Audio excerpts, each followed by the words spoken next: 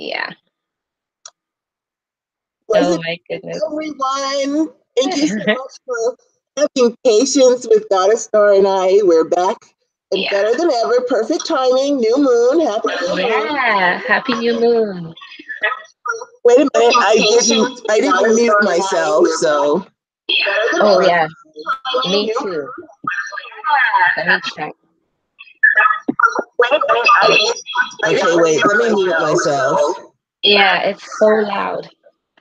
Ooh, Okay, okay. yeah, that's better. Much Sorry. better. It's so good to be back. We're just happy to see you Yes. guys. It is such a pleasure to be back. And I mean, look at her. She looks so gorgeous and rosy and happy. Like, I guess we all needed a good break. Yes, we did. We need a break. So, without further ado, as always, before we begin, we like to cast a circle of protection around us.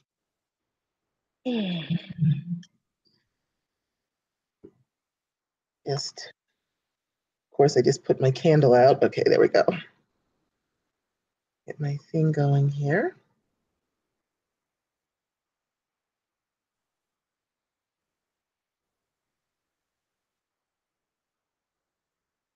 There we go. All hail, our lords and ladies of the East, our brothers and sisters. Our brother and patron, the sacred element of air, namaste. Divine honor, love, joy, peace, and respect to thee. We charge thee, please cause a barrier of protection through all of our walls that face your direction, from corner to corner and end to end. Let peace and protection reign herein. Thank you. So it is. So mote it be. So it is, and so mote it be. All hail, our lords and ladies of the South, my brothers and sisters. My brother and patron, the sacred element of fire. Namaste. Divine honor, love, joy, peace, and respect to thee. I charge you, please cause a barrier of protection through all of our walls that face your direction, from corner to corner and end to end. Let peace and protection reign herein. Thank you, and so it is. So mote it be. So mote it be. All hail, our lords and ladies of the West, our brothers and sisters, our sister and patron, the sacred element of water. Namaste. Divine honor, love, joy, peace, and respect to thee. We charge thee, please cause a barrier of protection through all of our walls that face your direction, from corner to corner and end to end. Let peace and protection reign herein. Thank you. So it is. So mote it be. So it is, and so mote it be.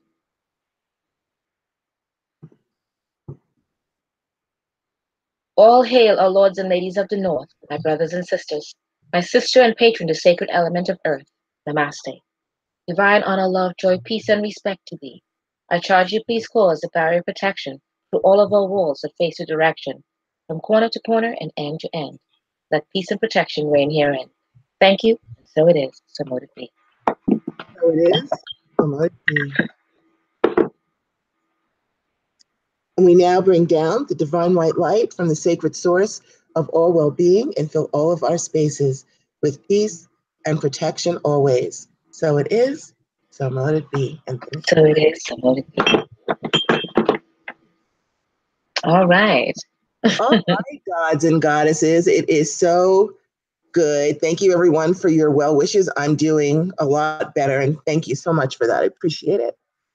So let's start to jump into. I had made a little bit of notes for myself. I didn't have a chance. Goddess Starr, you know you got this. You know you got this. Yeah. All right. So we are we're going to start off talking about generational curses. And the reason I wanted to talk about that was, as always, Goddess Rhonda was watching one of her crime shows on Discovery ID, which I don't know why I watch these shows. I try not to watch them, and they're not shows. You're hooked. You're addicted. Watch, but I can't help it. I can't help it. And so I watch these shows, and there was this show on. It was called. For those of you who have Discovery ID, you can probably find it on demand. That episode was called. It's from Dead of Night is the name of the. Dead Silent is the name of the show. Okay. And what it was about was this lady back in the 70s who had a young daughter. She was a single mom with a young daughter.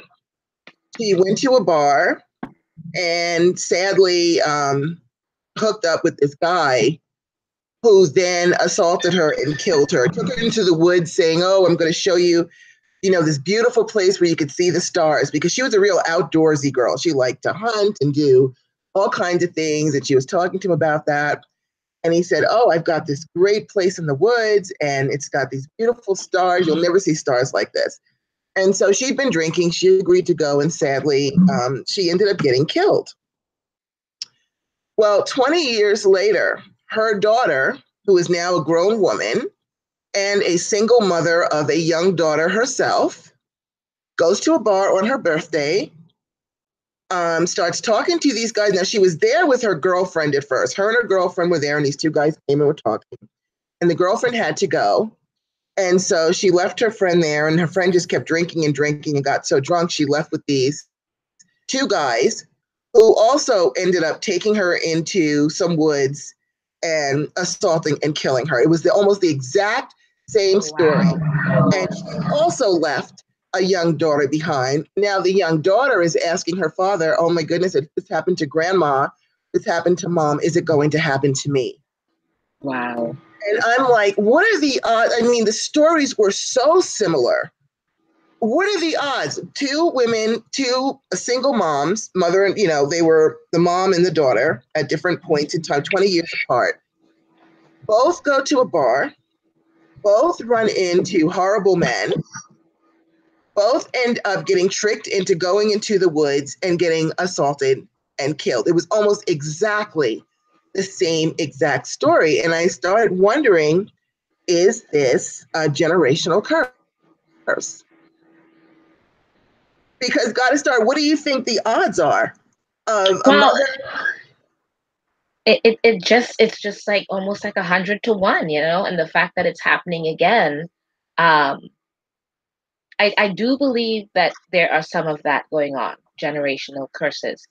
The thing that I think that instead of paying attention to things, I think maybe the daughter, the granddaughter now, the young lady that's now and asking her dad, that's Right. questioning it, I think she will be more aware of self-aware of things now. And I doubt that highly that she will have the same fate, because if she is questioning it, she's also beginning to wonder, and it will make her more heightenedly aware of herself, her drinking state, or even drinking at all. Um, because she's seeing that both her grandmother and her mom, same fate happened to them. So it, it's just like, I don't know. I think she is going to be the one, hopefully, to break the curse. The thing is that a lot of times the way that I think generational curses work is that people not paying attention to details of what they see that's similar, or they don't see a similarity until they see other people are observing it from the outside. So I think if people sit back and start paying attention to things within their families or within their any coincidences that they see, and it may not necessarily be, it may be a curse, it may be what you call it, a contract. It may be many things that either people are paying for, or even a pact. You would be surprised what people have done through the centuries, and saying, for whatever thing that they want, whether it's money or love or whatever it is, they'll make a pact with whomever they have to make it to That's get what true. they want. And even though that pact may be, well, for so and so generations ahead, is going to happen. They're thinking in the now, and they're not thinking, well, in the future, what's it going to affect? I don't have any kids, or what. They're not thinking in the sense of the future, the longevity of it. They're thinking of the now. And a lot of people have made pacts without realizing it. In the past, in the present, people have done it, and they're always going to continue doing it because it doesn't affect them at the time. Right. So they're quite willing to do these pacts because they're thinking, how is it going to affect my future kids? Or it's not really going to happen. But we see many cases of where, I remember there was one in particular where it was a curse of these men, they would reach a certain age and they would never be able to be married more than maybe the most 6 months. Their wife always died. And it took a while for them to break the curse. With I forgot how exactly that happened. Right. But until one of them broke the curse or satisfied the curse, none of them, their marriages never lasted beyond 6 months. And they were like devastated because they were really in love with their partner and things like that. And so I'm not sure whether there was a pact made, or one person had said it was because originally one of the men, their great grandfather, had a witch had fallen in love with him, and he had fallen supposedly in love with her, but he had lied to her. And next thing you know, he had left her for someone else who was more affluent, and she cursed his line going down. Yeah. That they will never be happy with their mates or their partners. Um, so there's a lot of things like that because either one person did wrong, one other person wrong, or pacts or different things like that. So yeah, I highly believe in things like that. And whether or not they believe in it, but if these men did not believe in it, but one by one they saw that their wives who they married or got together with didn't last past 6 months. So they began to believe it. That's a lot like the Kennedys. As rich and affluent as the Kennedys are, all of the men pretty much died horrible deaths, assassinated, plane crashes. They have been plagued with bad luck. And a lot of people say that was a generational curse because, and don't quote me, I have no idea if this is true or not, was because their ancestors broke a deal that they had with a Native American tribe and rescinded on the deal or something, and they ended up getting cursed. And but I do believe that there are generational curses. In fact, I had to help someone who knew it was a generational curse because the story had been handed down from where her grandmother, her great grandmother, got involved with the married man, and the wife hexed her whole line. Yeah. And so she had a hard time, and then we fixed it. Now she's okay. But we can get generationally cursed. Now, I saw someone, let me see who that was, because I'm using my laptop and I'm still getting used to it. But I saw someone asked, how do you know? Hold on for a minute, guys. Bear with me as I try to scroll up here.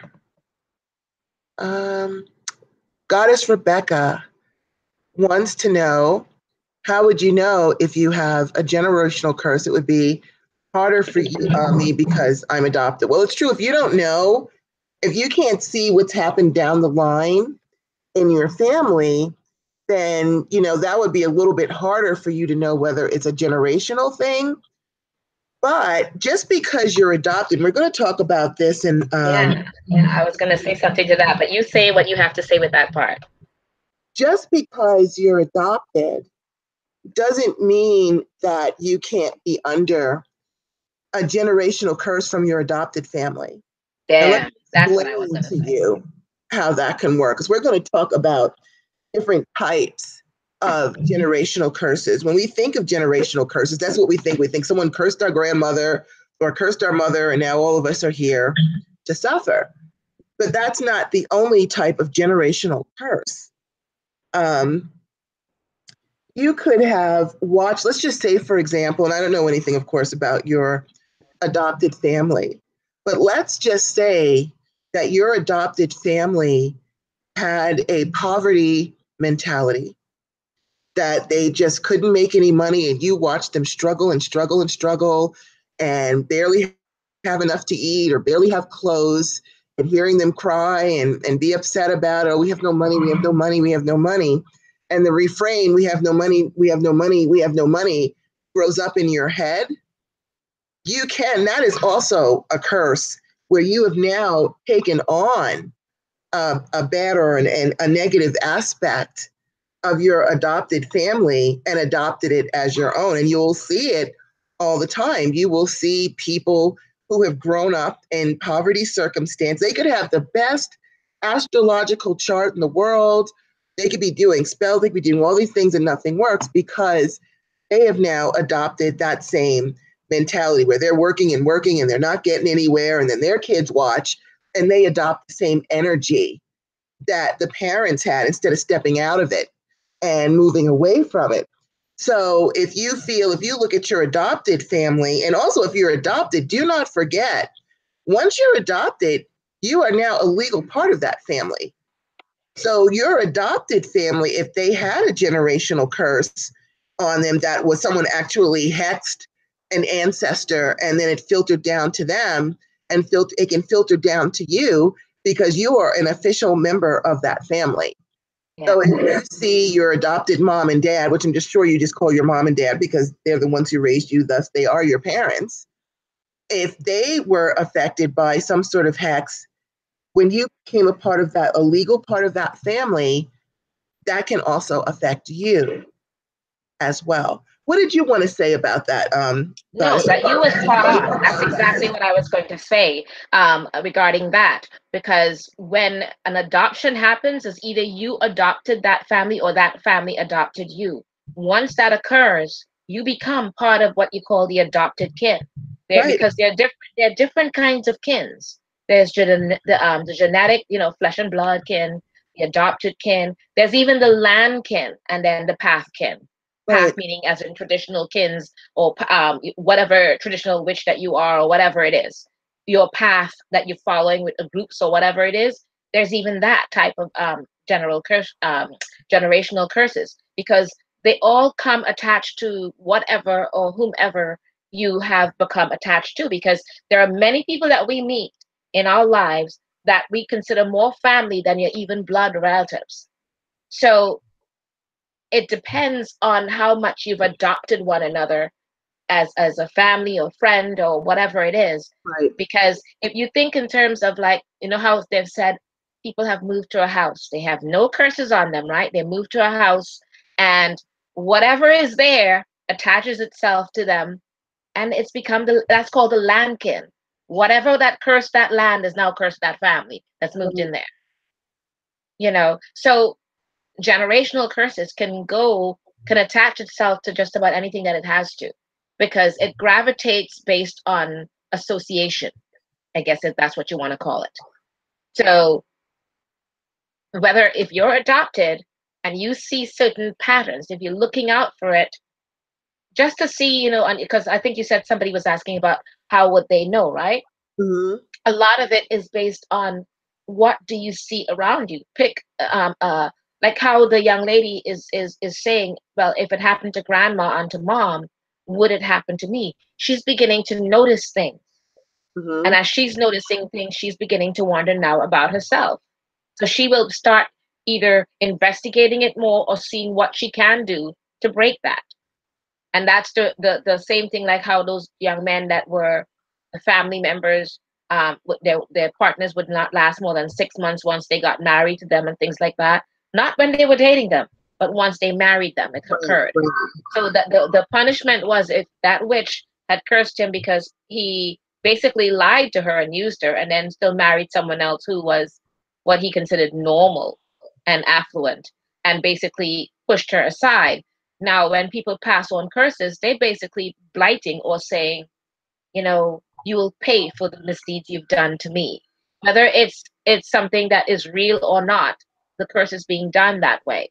So it's kind of like, how they say with crimes, guilt by association or guilt by whatever, in terms of association. Your thing will be adoption by association, land association, whatever it is. Even your if you're really close with a coven or something like that, it happens there too. And they begin to wonder why certain members of the coven going through certain things that they're happening, and they see different cases of it and they start putting it together. The thing is being very observant as to seeing patterns. If you see certain patterns, or check out the history on that particular adopted family, or anyone for that matter, any family members, find out the history on certain things. And if you see a pattern that keeps repeating, then start checking more into that. What do you think, Goddess?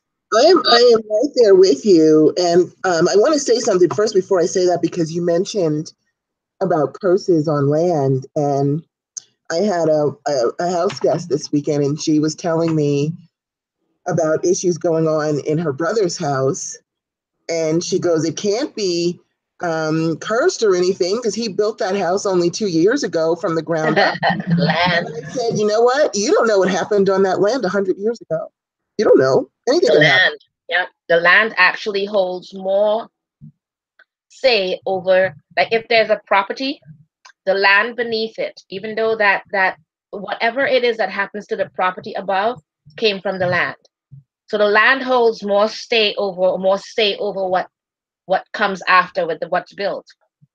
So even if he built it from the ground up, that land beneath there, if something was not done or cleansed or history on it, that's why it's always, if you can, research who was there before on all the different things, because you have no idea what you're adopting yourself into or landing into with that land. And a Absolutely. lot land is extremely, extremely important.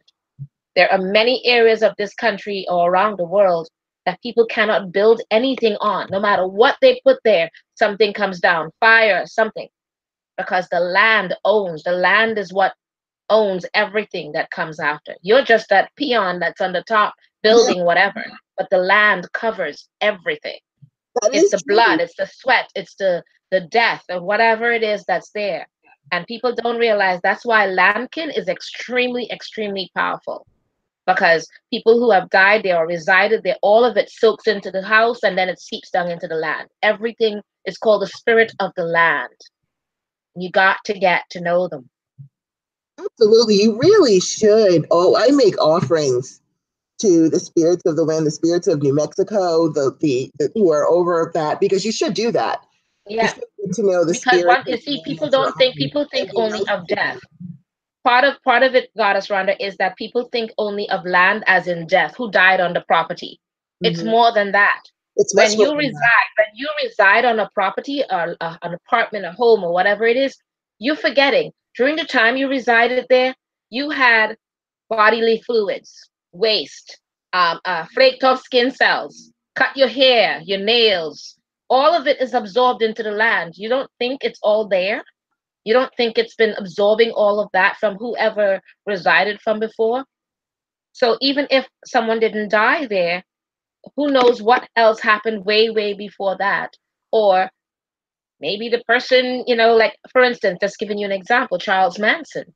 Someone like him, wherever he resided, I guarantee if you do the research, a lot of things have happened to the people who have resided in those places where he was.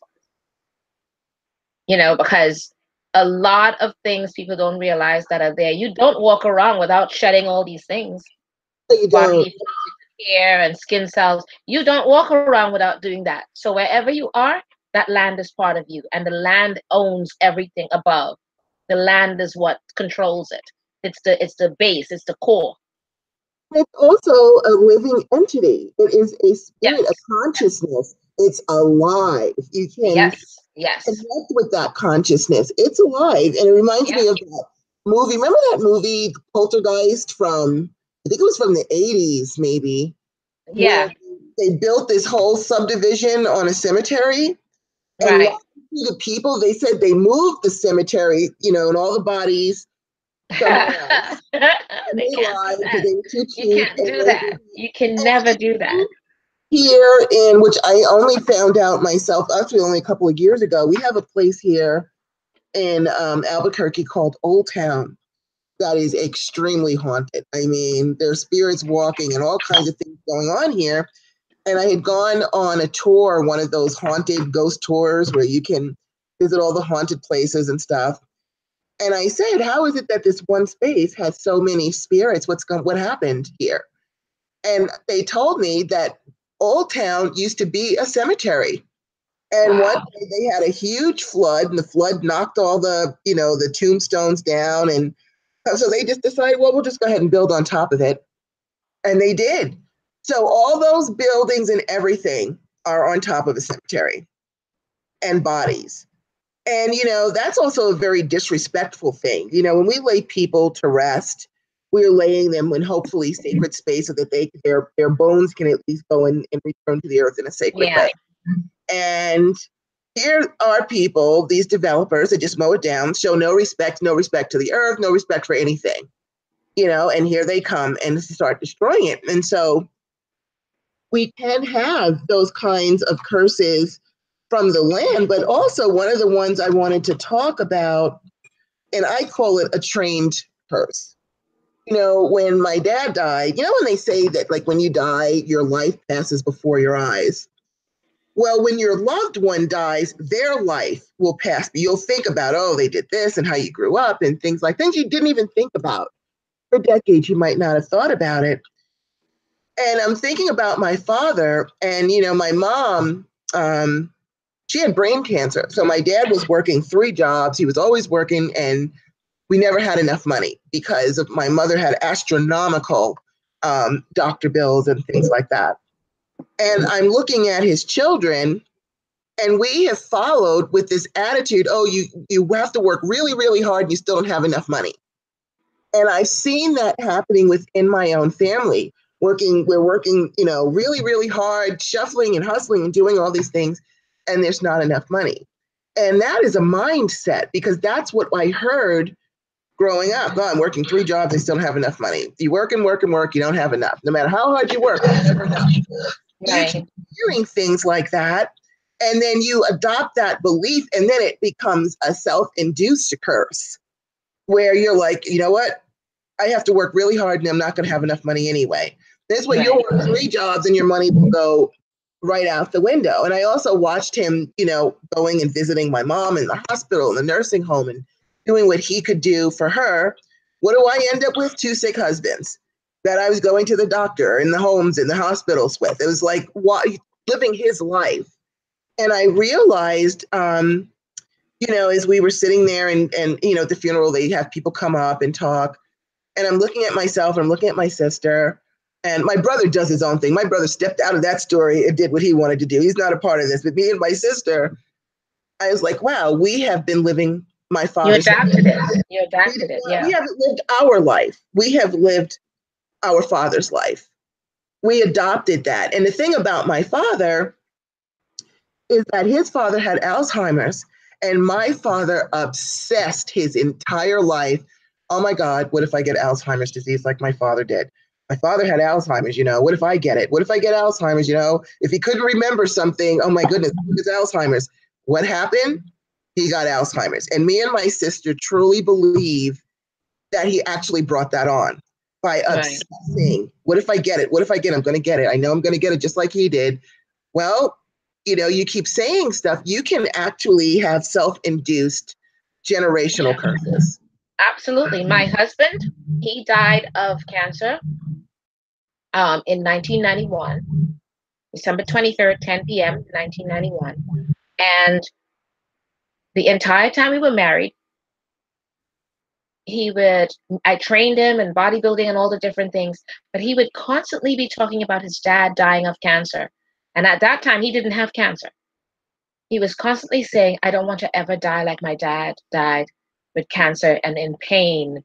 If it ever happens to me, please make sure I go quickly so that I do not go through the kind of pain that he went through. He said it was a horrible thing to see because he was taking care of his dad till the day he died. So he was just like obsessed with that and constantly checking. And finally he ended up with cancer. And I was thinking, I never said it to him physically, but I always thought he brought that on himself. And I felt so saddened by that because he died very quickly. Within 6 months of diagnosis, he died. 6 months. He was perfectly healthy, bodybuilder body and all of that. And within 6 months of being told that he had it, he died. Almost like he did not want to have to deal with the pain of what his dad went through or any of those things. So he created that, what I call not even adapting it to themselves, adapting that mindset to almost create the curse. And that's why we call, how a lot of people come to us, goddess, and they say, I think I'm cursed. So and so may have done it. In the meantime, when we look at everything and we pull it apart, they cursed themselves. And it's kind of like I believe my husband did that to himself. And that's in a way as of a self curse in my sense, you know. So I think people, and in a sense, and his dad's dad had died of cancer too. So he was very afraid of that. And that's exactly how he died, just without the pain, because he died in a short time. It was like he gave up. And in that 6 months, everything went downhill so fast. I'd never seen anything like it. Wow. No, He lost weight and everything. It was just really fast. no, and it's, I think men are, and I don't say this to say that they are weak or anything, but I think the idea of becoming weak and defenseless is hard for them, because Yeah, yeah, when my husband was diagnosed with terminal cancer, and they said they gave him 4 months, and he goes, "No, I'm not staying here for 4 months." He was gone in 2 weeks. He waited for me to get his funeral stuff together. He came home for an hour, said goodbye to the animals, and he was out. So we yep, can bring stuff on yep, ourselves, generational curse. Now, that's not to say that maybe someone might have cursed your grandmother or your great grandmother or your great great right, great grandmother. You don't know. We don't know what happened 500 right, years ago. But as Dr. Starr right. pointed out, if you start looking at your family history and you're seeing patterns coming along, you want to say, whoa, hold on for a minute. I'm not going to be a part of this, and step out of that story. You don't want to have that self-induced type, Yeah, whether it's an illness or a financial difficulty or a love difficulty. We see it all the time. We will yeah, see a mother, a single mom, and then their daughter will go on to be a single mother, whose daughter then goes on to be a single mother, and then it goes down the line. And then, like, well, right. you think there was a curse because we can't keep men? Not Yeah, necessarily. I've heard that. I've heard that in many, even in my family. They Mhm. even actually, they were like, "Oh my gosh, you got married and really young, and your husband did not leave you. He died." Like, the others all left and things like that. So they were all like praising me for somehow you survived it. You got married, and he did not just walk away. He died. And I'm like, first of all, I never even knew that they were all thinking like that until I Right. got married. So I did not know that they weren't. I did not know that all of this was in their mindset until they told me. But I cannot, and I'm not willing to accept some of the things that they said. So maybe, and I did do a stepping back from the family, the women, and there's a lot of women in our families more than the men. And I did step back from them in the sense and not listen to a lot of what they were saying like that. So maybe in a way, I broke it with me by stepping away from their belief system, um, and doing my own thing. And they even said that. One of them said that my auntie Lynette said that she thought that it broke with me because I stepped away and I did not believe in what they believed in. Maybe I did. Maybe I did not. Who knows? Well, I think you're rebellious enough that you would do that. I'm Yeah, rebellious. I did. I kind of did that. I Get just did my own thing and I just did whatever I wanted, and they were with that whole they were with that whole stigma of don't marry outside of your race and all of that. And I didn't. I just was like, if I fell in love with whomever it is, that's who it is I'm going to be with. I right. didn't think about it as a race or anything like that. I just married my husband and he was Russian Jewish. I didn't think about it. We fell in love and that was it. And they were like, how could you marry someone? Like all of it to them was me being rebellious. That's essentially what they saw, or being different, or separating myself from them. And I don't know. I don't know. I have no idea. Well, there's nothing wrong with that, because you need to be independent and you need to follow your own story. Yep.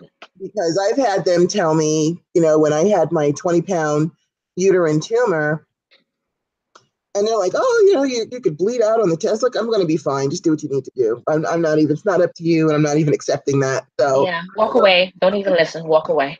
exactly, walk You away. can't. You can't. You cannot allow them to. It's like, I don't think you even realize it. When you visit a certain family member, and without realizing it, they're very not controlling, but they're very strong personalities. And they begin with all the things that's negative about the family. And they make it sound like, yeah, look at me, and I'm the one the same way like that, and look at me, and they all fall into this pattern. And when you are standing there not really paying attention or not really being part of the conversation, and you walk away, they start to jeer at you and kind of like, well, you must think you're better than us, or whatever it is, and they'll make comments like that. But it's not that. You, for your survival's sake, you walk away so you can change your path, your whether you're adopted into the family, whatever, you want to change and break your pattern of it, because that's another way of doing it. You walk away from that and you decide, I am going to create my own path with it. And that's where you create that pathkin, or the, even with the landkin, you could make, you, they may not have made peace with the land, but maybe you did.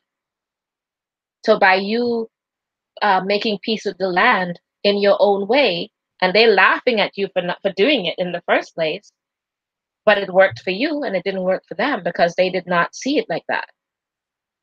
So you do have to kind of step out of the box, think for yourself. It's not being rebellious, it's being it's survival instinct. And It's it's yeah, it's basically survival instinct.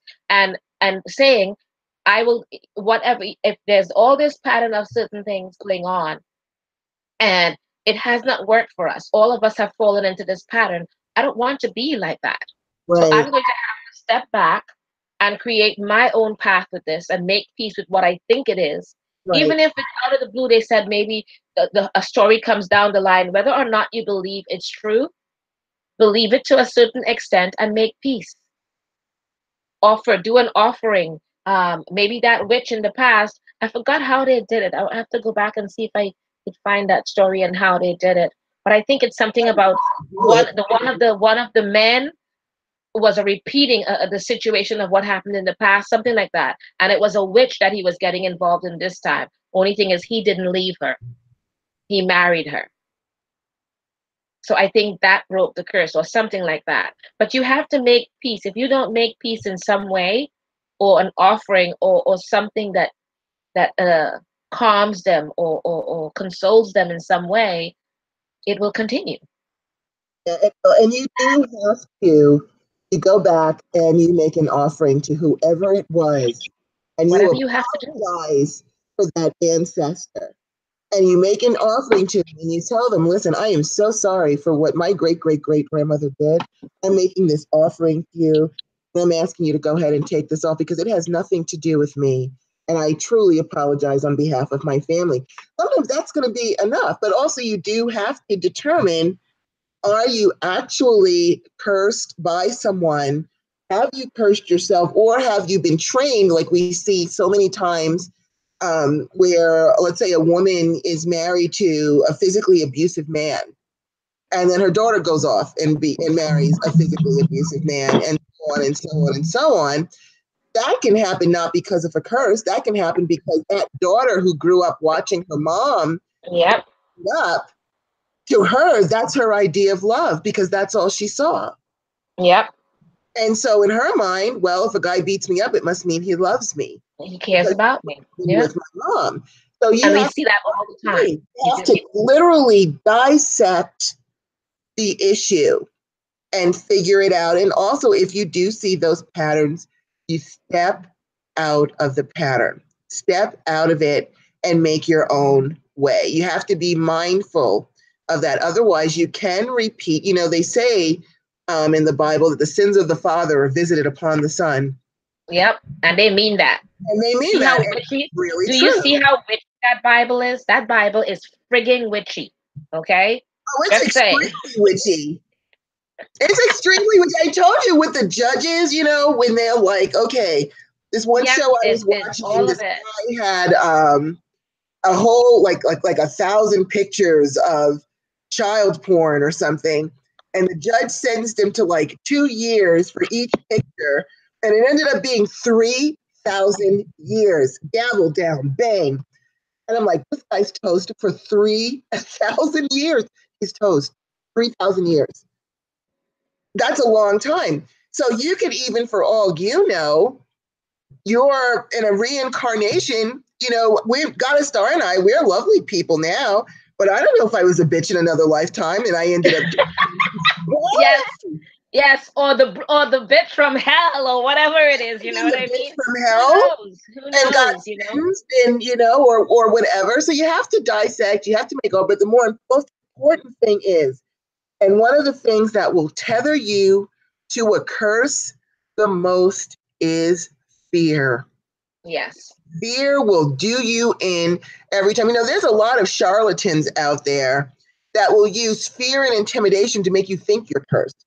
They could have no idea what they're doing, but they'll say, "Oh, I've got this voodoo doll, and I'm going to got your name, and I'm going to stick pins in it and things like that." And you're looking like, "Oh my God, he's got a voodoo doll. He's going to stick pins and get me." There's no clue as to what he's doing. He's probably going to end up sticking himself or jacking himself up because of the karma that he's bringing on himself. But because you are so afraid, fear will jack you up. It is the biggest enemy you can ever have is fear. That is the biggest. Yeah, it is. Followed second by despair. When we let ourselves sink into, and I'm sure you get this a lot of times, Goddess Starr, where someone will come to you and they'll say, "Oh my goodness, I've just been physically ill, and then I have no money, and then my husband Oh left me, God, yes. and then Okay, this stop. happened, and then I lost my job, and then my car broke down, and I Okay, I got can't. addicted." And then you're watching this tornado Okay, dark I'm energy twinging right now. I'm twitching and twinging right now because around we them, have. because then it's like, okay, you know what? Can we stop focusing on what it is that happened to you? You keep talking about it and reliving it, and you're not letting it go. You are in Yeah, that abyss. yes, they're literally what I would call like like wallowing around in it, and you're like, Following "Please, around in it, now." and they can't see. They don't look up to see the sun. They don't. They're just like, this is everything. I'm like, well, okay, hold on for a minute, dude. Let's look at where your focus is, and then let's look at all the great things you've got going on in your life. You're here, aren't you? You're sitting in front of me. Your eyes can see. You're listening. You walked in here on your own 2 feet. And quite frankly, you are actually a very successful person, because if you have successfully jacked up your life, you can successfully fix it. You've shown that you can successfully do something. So now let's just switch it around. Let's turn that focus around and just kind of get them to see the sunlight. And all of a sudden their life starts getting better because they're not focused with tunnel vision on all of these really negative things, which is just going to keep bringing more negative and more negative. And they just live it for years. Yes, 5 years ago, I was in a car accident and it hurt my back, and this happened and that happened, and I just can't seem to get out of it. And it's like, okay, well, let's focus on the fact that you got into a car accident and you survived, and Yeah. you're still intact. And Oh, just because and the job went away doesn't mean that there's not more jobs or other things you can do. Fear and despair will jack oh my you God, yes. up. And Better I which will tell you guys, intelligence. there have been some cases where I walked away because I can't. I just can't.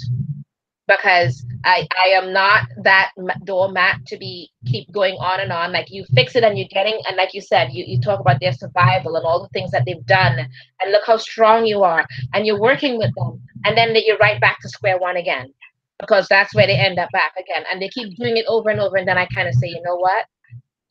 Until you can change that mindset and work with it from going forward, we can't. I gotta step away. I have walked away from a couple of them because I can't. I am not willing to do all that work and be getting there and be getting there, and then come back another time and you step right back over and over, back to square one. I can't. I'm not willing to do it.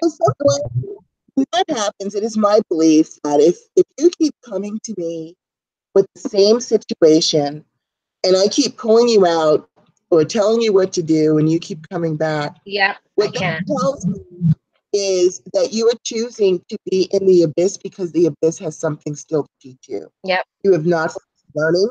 And that's where I have to, painful though it is to watch, I have to step yep, away walk away. and get your lessons. And then when you're ready and you get the lesson, then come on Yep, back. that's what I've told But them too. And I'm like, I'm willing to walk away because I'm like, I can't. I just can't. Listening to you even say it, I'm twitching and twinging because it's happened so many times that I'm like, okay, I can't. I cannot. I will walk away in a heartbeat. because I can't. I cannot help you if you want to wallow around it. It's so much. Because I think it's not just that they have to always learn lessons. I think a lot of times they have been in that abyss for so long that they've almost become comfortable living there. Home. And they don't want to leave it because it's so comfortable, because people pity them, or people they attach themselves onto people for different reasons with it, and they're so comfortable with it that they come to me thinking that, yes, you're going to change me, but I can't change you if you're so comfortable in it that you Right. literally sitting in there and you're settled in, and you're like, and I'm like, Han, you're going to have to stay there yourself, because I'm not coming in there with you. I am not sitting on that couch with you and doing that.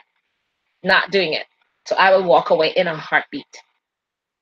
And I've watched them, and it's not because literally I think they're just so comfortable sitting in that shit that they like being there. Right. And I can't help them when they're like that until they're ready to change on their own, and they're really ready to take the steps that I've done all that work with for them. I can't. I can't waste my time anymore, or their money. And to me, it's wasting my time and repeating, and repeating. And it is true that you can get into a situation that you've been in so long, it's like that's home to you now. It's like that's you're comfortable in your discomfort. Yeah. And so there may be times where you have to recognize that and say, no, when it's time for me to move up out of here. Don't pack. You don't want to take none of your crap, your emotional luggage with Nope. you. You Just walk away. walk away. Walk away and start over nice and fresh. I wanted to take a look at what's going on because we've got a lot of comments Okay. here. So, of course, first, everyone, again, welcome. We love you so much in our chat room. You are our family, and we love you. I missed you guys. We do. We just love you so much, and we missed you very much. And, of course, we wish you, of course, a very happy new moon and everything here. Okay, so we've got Goddess Monica here. First, let's see. Hey there, Goddess Monica and Katrina and Raven and Rebecca and Debbie. And okay, I'm gonna butcher this, right? Satsuki on me, Moon, and I can't remember. You told me what to call you, and I can't remember. Please forgive me and let me know what that is. I think we answered Rebecca's question about how would you know if it's a generational curse. All right, so we've also got Goddess Monica, who says, I believe we have a generational curse on my mother's side of the family. The men have similar issues to the point of losing all their income or belongings to a horrible woman. I tracked it using astrology, fixed stars, and Sabian symbols. Well, if you wanted to do something, Goddess Monica, because you are an astrologer, you're also an astrological witch, so to speak, and you can call on the energies of the countering transits to fix that, if that's something that interests you in doing that. Okay, we've also got, let me scroll down. Flesh Life. Hello there, Flesh Life. Yes, blood and consciousness, there's cell memory in the blood, which is true. We also have Blazed Girl, who says, my husband's family is under a generational curse. There are a lot of issues in his family with bad luck, relationships, etc. My husband went to someone to have it removed off of his life. Good, I'm glad he got that taken off of him. And then she goes on to say, my husband has been doing a lot better and has had positive experiences and no more bad luck in his life at all. That's a beautiful thing. And Goddess Monica says, let me scroll it down a little here. I can make it there. Goddess Monica says, even tracking adoptions, sometimes a direct line of women have put their daughters to adoption. That's true. That's very interesting. And she goes on to say, if I call my mom's best friend my auntie, can we end up sharing curses? Yes, because you've adopted her as your family. And that's actually happens quite a bit, believe it or not. Yeah, and if she accepts being called auntie, then the adoption book has gone both ways. Right. That's the adopted kin, because like I said, there are several types of kin. I think I had mentioned it to you guys earlier. And with the kins, I would say there is the ancestral flesh and blood kin, genetic kin. Then what they'll call the milk and honey, that's the adopted kin. And Right. then there's the skin and bone, that's the land kin. Um, and then there's the path kin, which is a spirit and soul, like your whether the ancestors of your spirit and your soul, and those who have walked the path, whatever that path is. Like how maybe Laurie Cabot would be my path kin because she was my elder. Um, Even Goddess Rhonda, because she and I have adapted a lot of things with each other in terms of how we see and view things. Um, and then there's the story kin, which is like what's this um, people that you have admired and that have inspired you with different things, whether it's Beethoven or Einstein or whomever. Those are the storykins because they have inspired you to become either better or see something, like how people would say Einstein had dyslexia. So a lot of dyslexic would look at that and go, and he was brilliant, so I'm good. So they use that as an inspiration. Those are what you call the storykins. What's his name? Christopher Penczak has a book. I think it's called A Mighty Dead. I can't remember which one it was, but he describes and goes into more details about the kins and how to relate to them and how to uh, these different types of kins and how to help work with them or like you say, mention with the curses of these things like the landkin and stuff like that, how to help you get past a lot of it. Kind of cool. He really goes into great details with it. Like you said, mention dyslexia because one of my friends has dyslexia, and what happened was his older sister, had dyslexia, and so she would, his mother would say, well, she would use that as an excuse. Oh, I can't study, I can't do this because I have dyslexia. Well, when her son was diagnosed with dyslexia, the mother told the teachers not to tell him so that he wouldn't use Good, good. excuse. And so he grew up learning how to adapt with the dyslexia, not knowing anything was wrong. Okay. And so he went on to do a lot more than she did. She ended up Right. dropping high school and using that as an excuse, whereas he didn't know anything was wrong until he was an adult when his mom told him after he graduated from school. Well, And she was lucky. She was lucky. Like with my son, he's dyslexic. Um, and the teacher took it upon herself to diagnose him, say he was ADD and all these different things. He was not ADD or any of those things. And I found things like what was it? The indigo kids and all the different things. And I said, look how brilliant these kids are. And people call them dyslexic, autistic, and all these things is because they're so brilliant beyond their time that they're in a way faster ahead of the game than we are. So, but because the people don't see them as normal, they consider themselves with a disability of some sort, and they're not. They're just adapting to their time because kids were not necessarily dyslexic in olden times because they were based on their time. Right now, dyslexia is based on a lot of things based on reception, and we are in the time of the Google, the internet. Everything is coming at them so right. fast, and that's an adaptation that they have to do. And when you talk about indigo kids and all the other types of kids, the crystal kids and all of that, they're all brilliant and they have all the different traits of ADD and ADHD kids and all of that, and they're just very brilliant kids.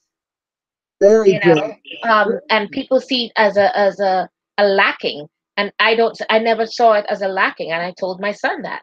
So he went ahead and he jumped ahead with things and didn't think of it as that, because I was telling him that on one hand, where the teacher was trying, I went to her and I told her, absolutely do not, you're not diagnosing him, you're not a bloody doctor, stay in your lane.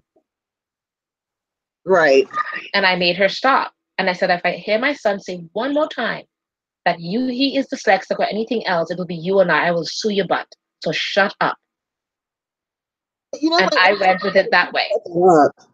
Do not let a teacher, I'm going to tell you what happened to me first I'll tell you what happened to my mother, and then I'll tell you what happened to me. You do not let teachers don't know everything. They don't. Don't They're let not them bloody doctors. diagnose your child. First of all, I want to say, before I even say that, I want to tell anybody out there who has a child or a grandchild that has been diagnosed with autism due to They're brilliant.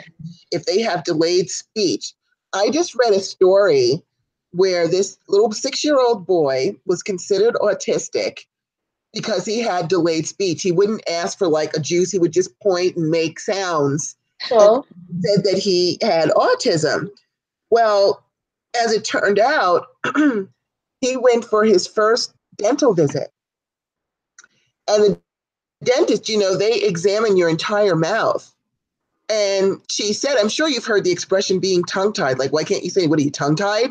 That is an actual medical condition where the veins underneath the tongue literally jumble up and you can't speak.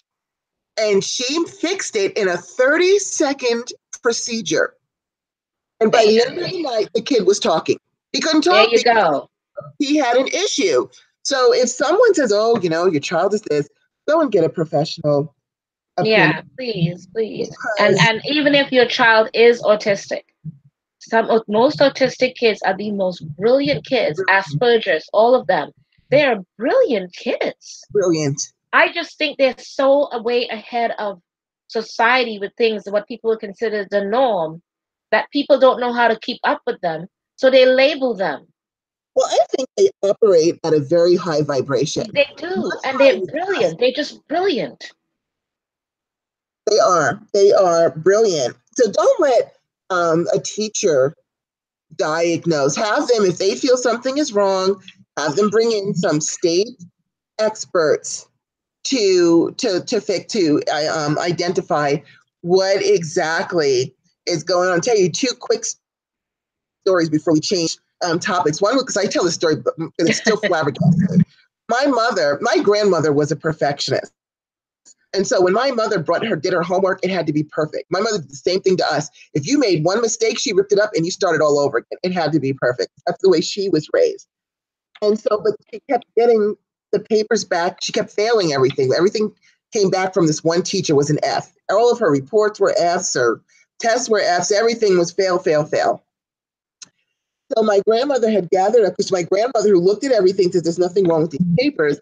And so she gathered them up and took my mom and went to the principal's office and said, I want you to tell me why all of these papers have been graded with an F. What is wrong with them? I can't find anything wrong with them. And so the principal looked at the papers. He couldn't find anything wrong with them either. So he called the teacher See? in there. My mother was 14 at the time. He called the teacher in there and said, Mrs. Whatever your name is, why are you giving Anne failed grades when there's nothing wrong with these papers? And you know what that teacher said? Because she looked just like the woman who stole my husband. She didn't even try to lie or come up with an excuse. She Oh failed my goddess.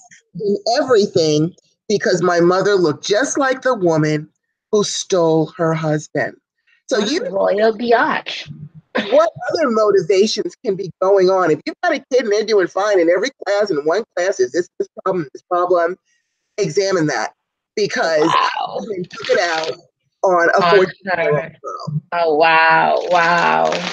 On a 14-year-old girl. And then Shame on her. Shame on her. I was in the second grade, and then I'll shut up about it, because I'm emphasizing about not trusting people and their opinions.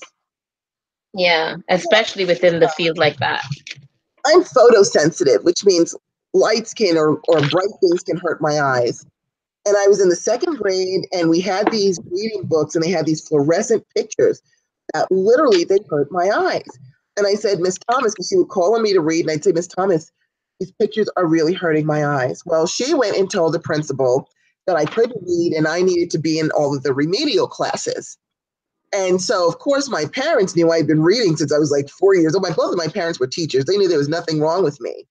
So they demanded that the school bring in a state examiner to determine what was wrong, if I had some sort of reading disability. Well, as it turns out, in the second grade, I was on a college reading level. They didn't have the curriculum to handle me. I had to sit all by myself and to learn on a different level because they didn't have the stuff. But if my parents weren't teachers and didn't They demand could do that, yeah. of something, they might have just put me in a remedial program because they would a lot of parents believe, if the teacher says, well, this is wrong with your kid, the parents will believe it. Don't believe the teachers. Investigate it yourself, because I'm sure a lot of kids, just like me and just like my mother, have been steered wrong because of the teacher, be it if they have good intentions or bad intentions. Don't take their opinion for it. Check into that. All right, we better switch topics because we've been kind of rolling on with that. Yeah. So let's see, what was our next topic? Our next topic was, we have two more to go. I'm actually going to skip ahead. The other one we were going to say is, what is blocking you from achieving your goals? And we're going to go ahead. We'll talk about that because we are at the new moon and now is the time to go for your goals. And we'll talk about that. But I also wanted to talk about just quickly about how to take advantage of the Venus retrograde, which is a lot about dealing with relationships. Yeah. And I saw this thing today on Facebook, and someone had said, oh, it's Venus retrograde and you're thinking about yourself. What does that say about you? Obviously, they were talking to somebody. I don't know who they were talking to. Oh my gosh. I'm like, but isn't what Venus, that's all it's about, is about You are yourself. supposed to, yes, you do examine old relationships, business relations, all things, what goes, what stays. Friendship, love, pleasure, intimacy, The all those most things. important thing is, and I tell all of my clients this, is you need to examine the relationship you have with yourself. Yeah. Oh my gosh. You Yes. are an empath, because empaths have relationships with everybody else and they're helping everybody else. And I'm sure you've done this, Scott Starr, helping everybody else. And then you turn God, around, yeah. your own life is in chaos because you didn't have time to tend to your own stuff. Yeah. And so it's very important. This is your big shot. You've got, like, I know the hard transit, I think, ends on November 16th, but the post shadow doesn't end until December 17th.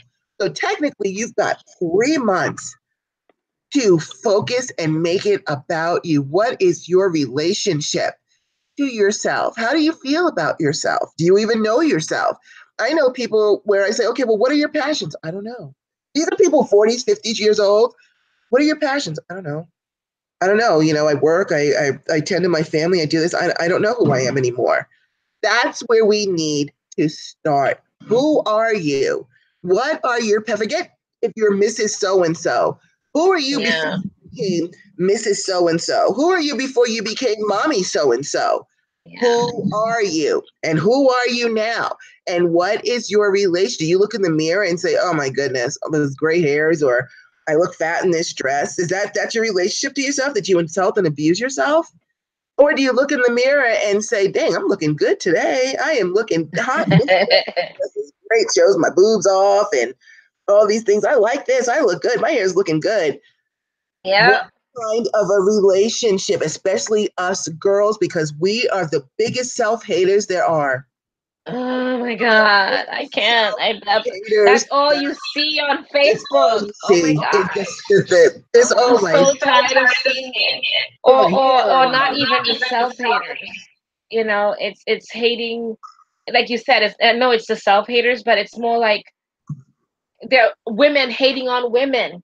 Women And hating and on and women. and and I'm so confused by all of it. I'm so confused by all of it because bottom line is, when it comes down to it, the main thing is we don't know how to love ourselves. If we can't love ourselves, how can we uh, love anyone else? We may think we love other people, but if we actually, in a lot of ways, we love other people more than we love ourselves. Right.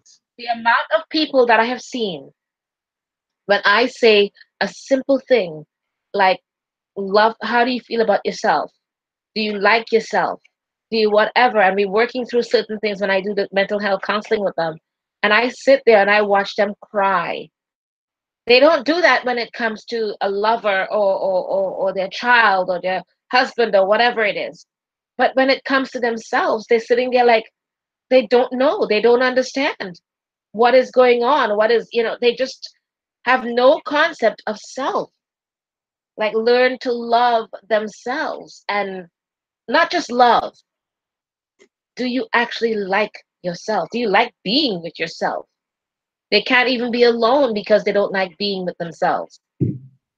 It's the saddest thing to see, because they will reach out for a love, a new love attraction, a new love this. But I would love to see them learn to love themselves, because it will show so much about their character, their passions, and it will awaken their passions. Uh, you rarely see them do spells for loving themselves or liking who they are as a person. You rarely see them do spells. It's or when it comes to love, or just thinking of Venus retrograde and how it can work for you. It will literally make you, in Venus retrograde, take a good hard look at yourself. Mm-hmm. Look at your passions. If you're going to declare love for outside people, declare love for yourself first. Learn to like who you are. And in this Venus retrograde, the people that will feel it the most are the Taurus or the Libra and the Scorpio. Those are the people that will feel it the most, more Or, than anybody else. or if you have a lot of aspects, like I'm a Sun conjunct Venus. Right. So Okay. if See, you the, have, the you have conjunction to stuff, also I'm not good at that. look at So please, read your on, tell me. aspects. You have to look at the aspects that you have going on too. But this is your big chance.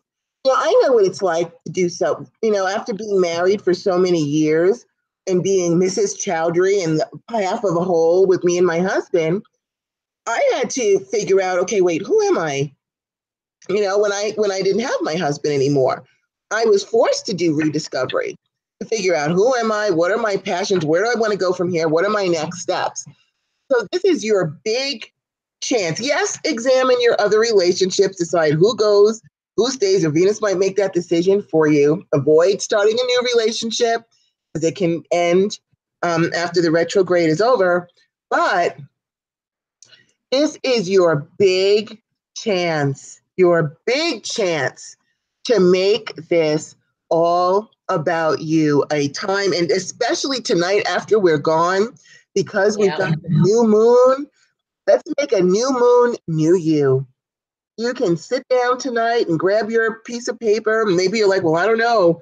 I've been Mrs. So-and-so and a mom for so long. I don't know who I am anymore.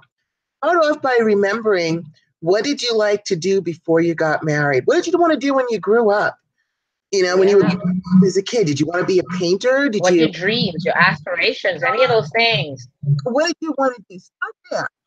And then start to, maybe if you wanted to be a painter, then maybe take a painting class or get some coloring books. Figure out who you are, what your passions really are, and how you can have a strong relation. Most people don't even know what their own needs are, what their own wants are, because they're so focused, well, my kids need this and my husband needs that. Yeah. To get this ready for work, and it's all about everybody else. Let's use this 3 months to make it all about you, because this is an excellent segue going into what it is that's holding you back from your goals. Let me tell you something. If you don't love yourself, then there's a part of you that may not feel worthy of getting those goals. You may say, if you're saying, well, I want a better job and I want more money, but you're looking in the mirror and saying, I'm fat and ugly and geez, I just look awful. I don't even want to leave the house today because I look terrible today.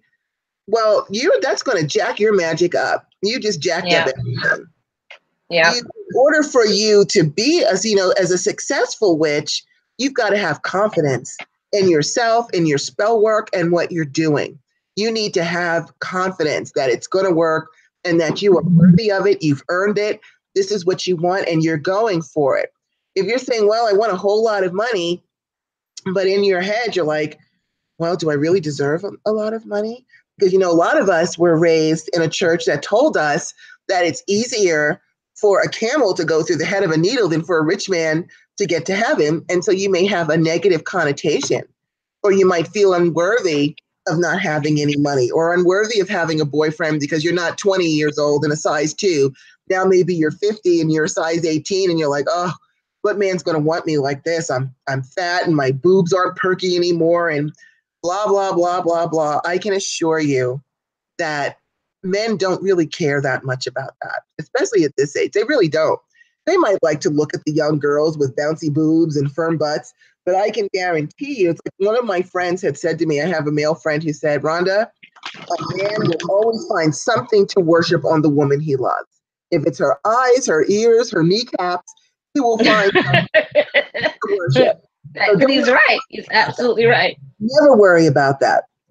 And so, And go ahead. go I'm ahead, sorry, sweetie. Starr. No, I was going to just say that with Venus retrograde, especially, this is the time that you lit, because basically that's what Goddess Rhonda is saying.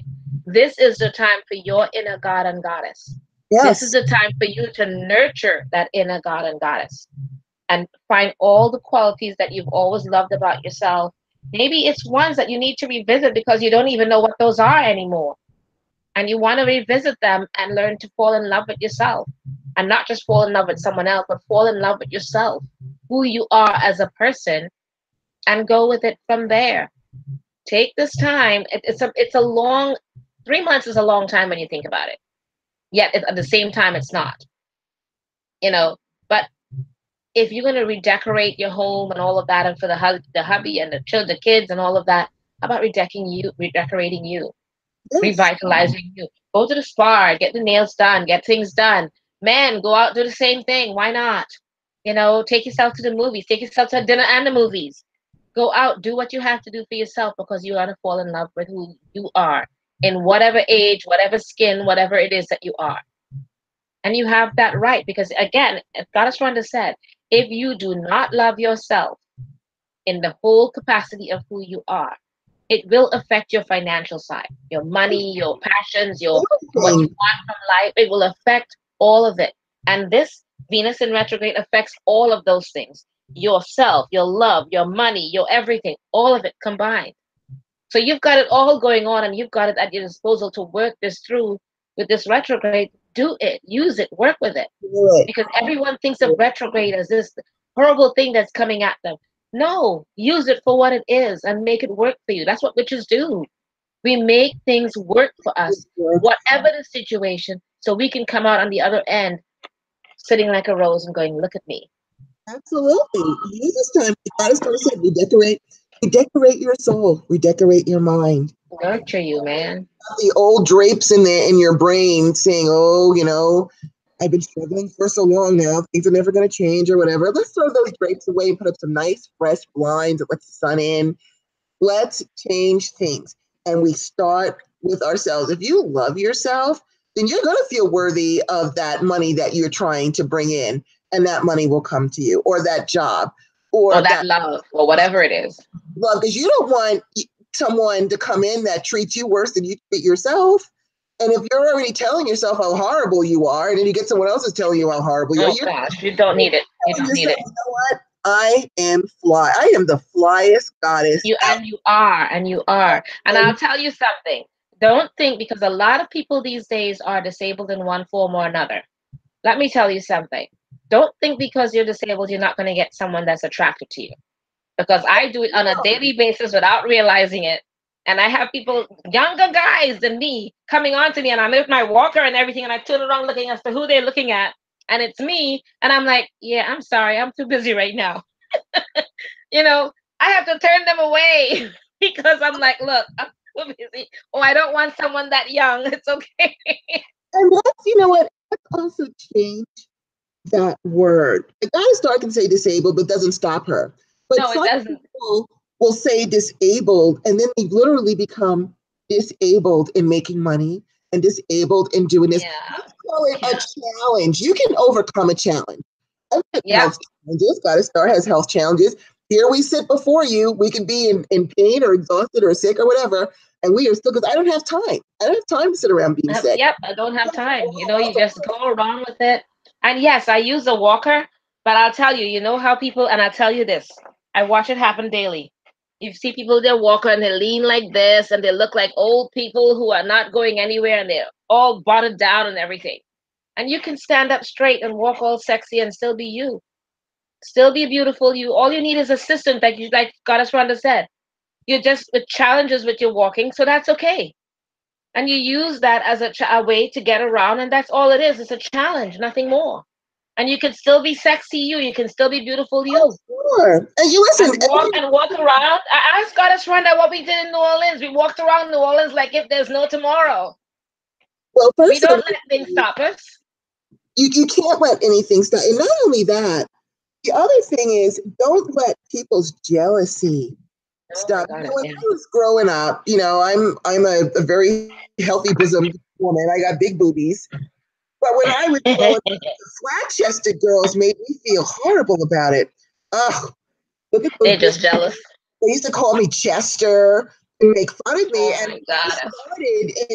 I started slouching because I was trying to hide I was trying to hide my boobs, so I walked with a slouch. I was like trying to underplay them.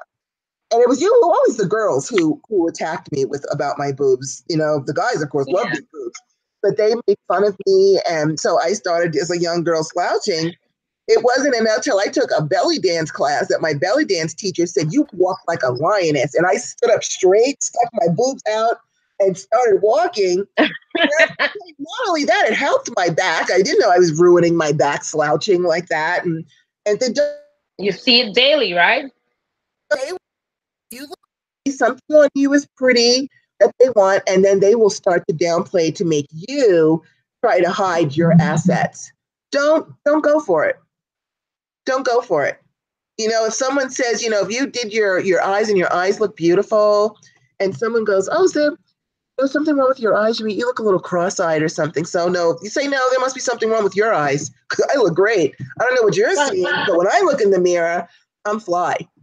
not only that, I'll Get some tell you glasses or something. You something. don't need friends or anybody like that who they don't see you for who you are. Find something on that person and they are beautiful.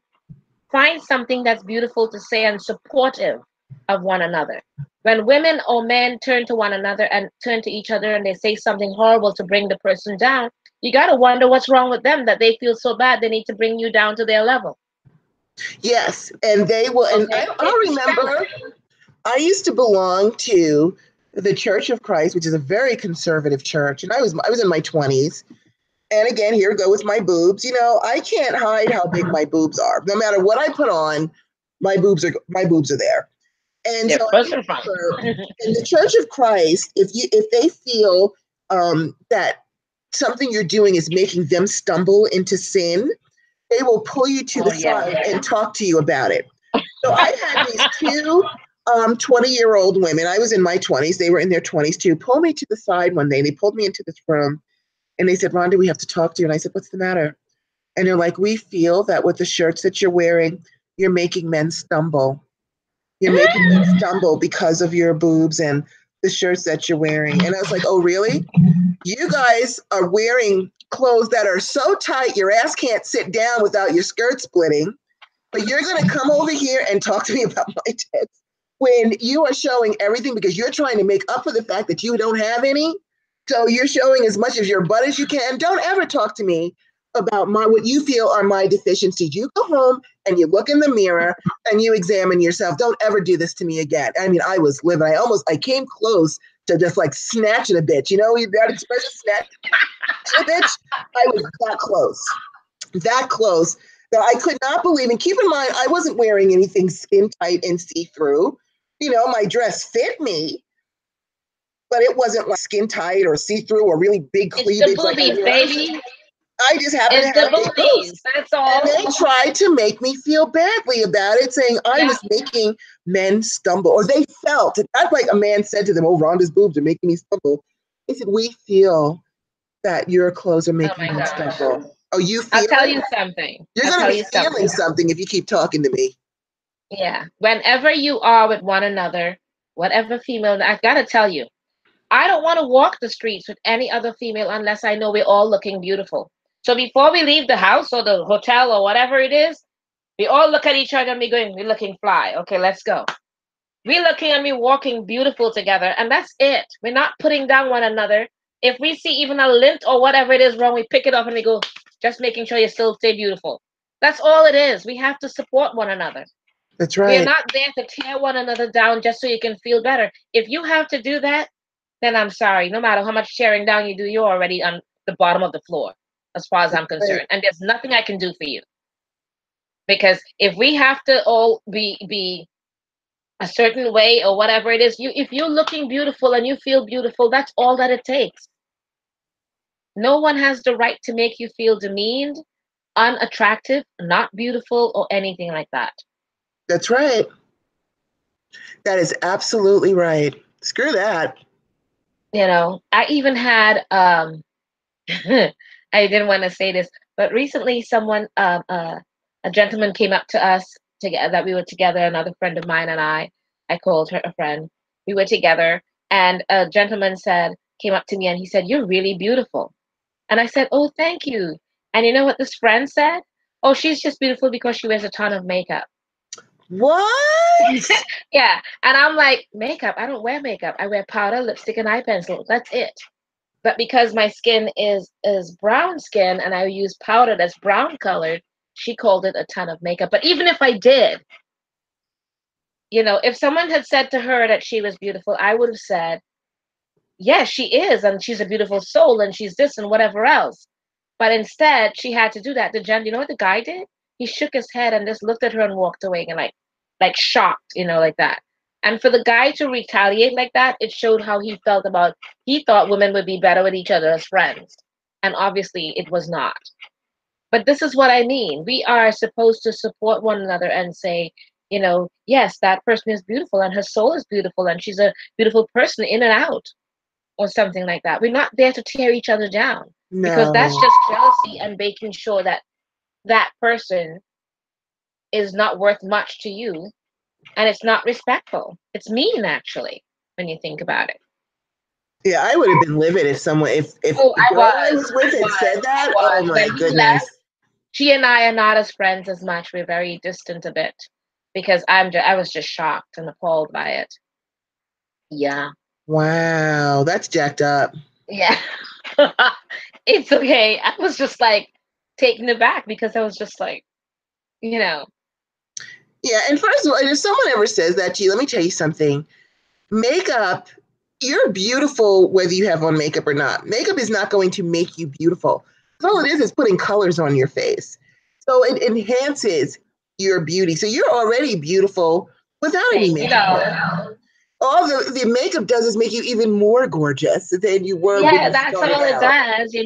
And with powder, all powder does is, how when blacks, our skin shines a lot. Yeah, my So, skin so, is so shiny to not, now so to, because so to not get shiny, I put on the powder to yeah, the the black blotting powder to powder. shine off. That's it. And I was told that I was so shocked and taken aback. I was like, you know what? I am not going to even go there with you because the things I really wanted to say, I just kind Right. of went. It's kind of sad in a way. It is but but very the sad, you thing know? about it, the thing about what I'm trying to basically say is none of that should have happened. We should be No. more supportive with one another in general, Yes. because we're seeing all of this happening now in this day and time with Kavanaugh and all the political status with all of it, and women are literally tearing each other apart Right. publicly, and that is very sad to see. And I want to see us more supportive and learning to love one another. And this retrograde is all about that, and all about dealing with Absolutely. your heart, your beauty, your fashion, being the girly girl or the manly man or the man bits and the lady bits. Take care of it all and make us feel good. And whatever you have to do with the girly bits and the manly bits to make it all like hang good and go, yeah, I'm all good. It's all good. As long as you feel beautiful in your own right, claim it, man. Own it. You know, Own it.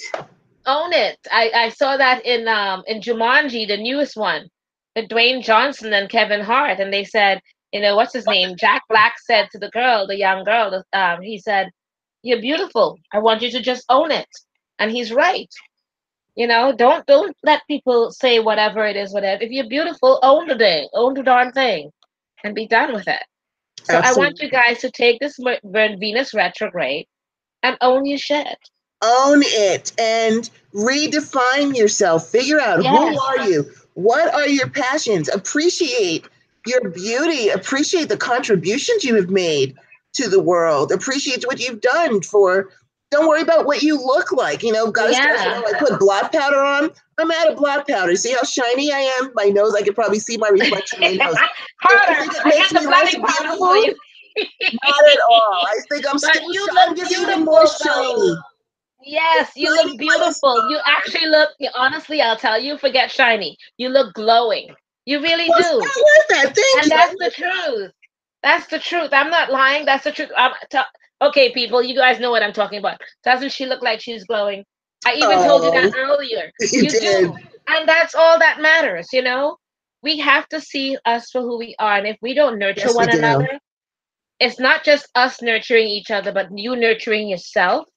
If you cannot nurture yourself and love yourself for who you are, that's the reason you will lash out.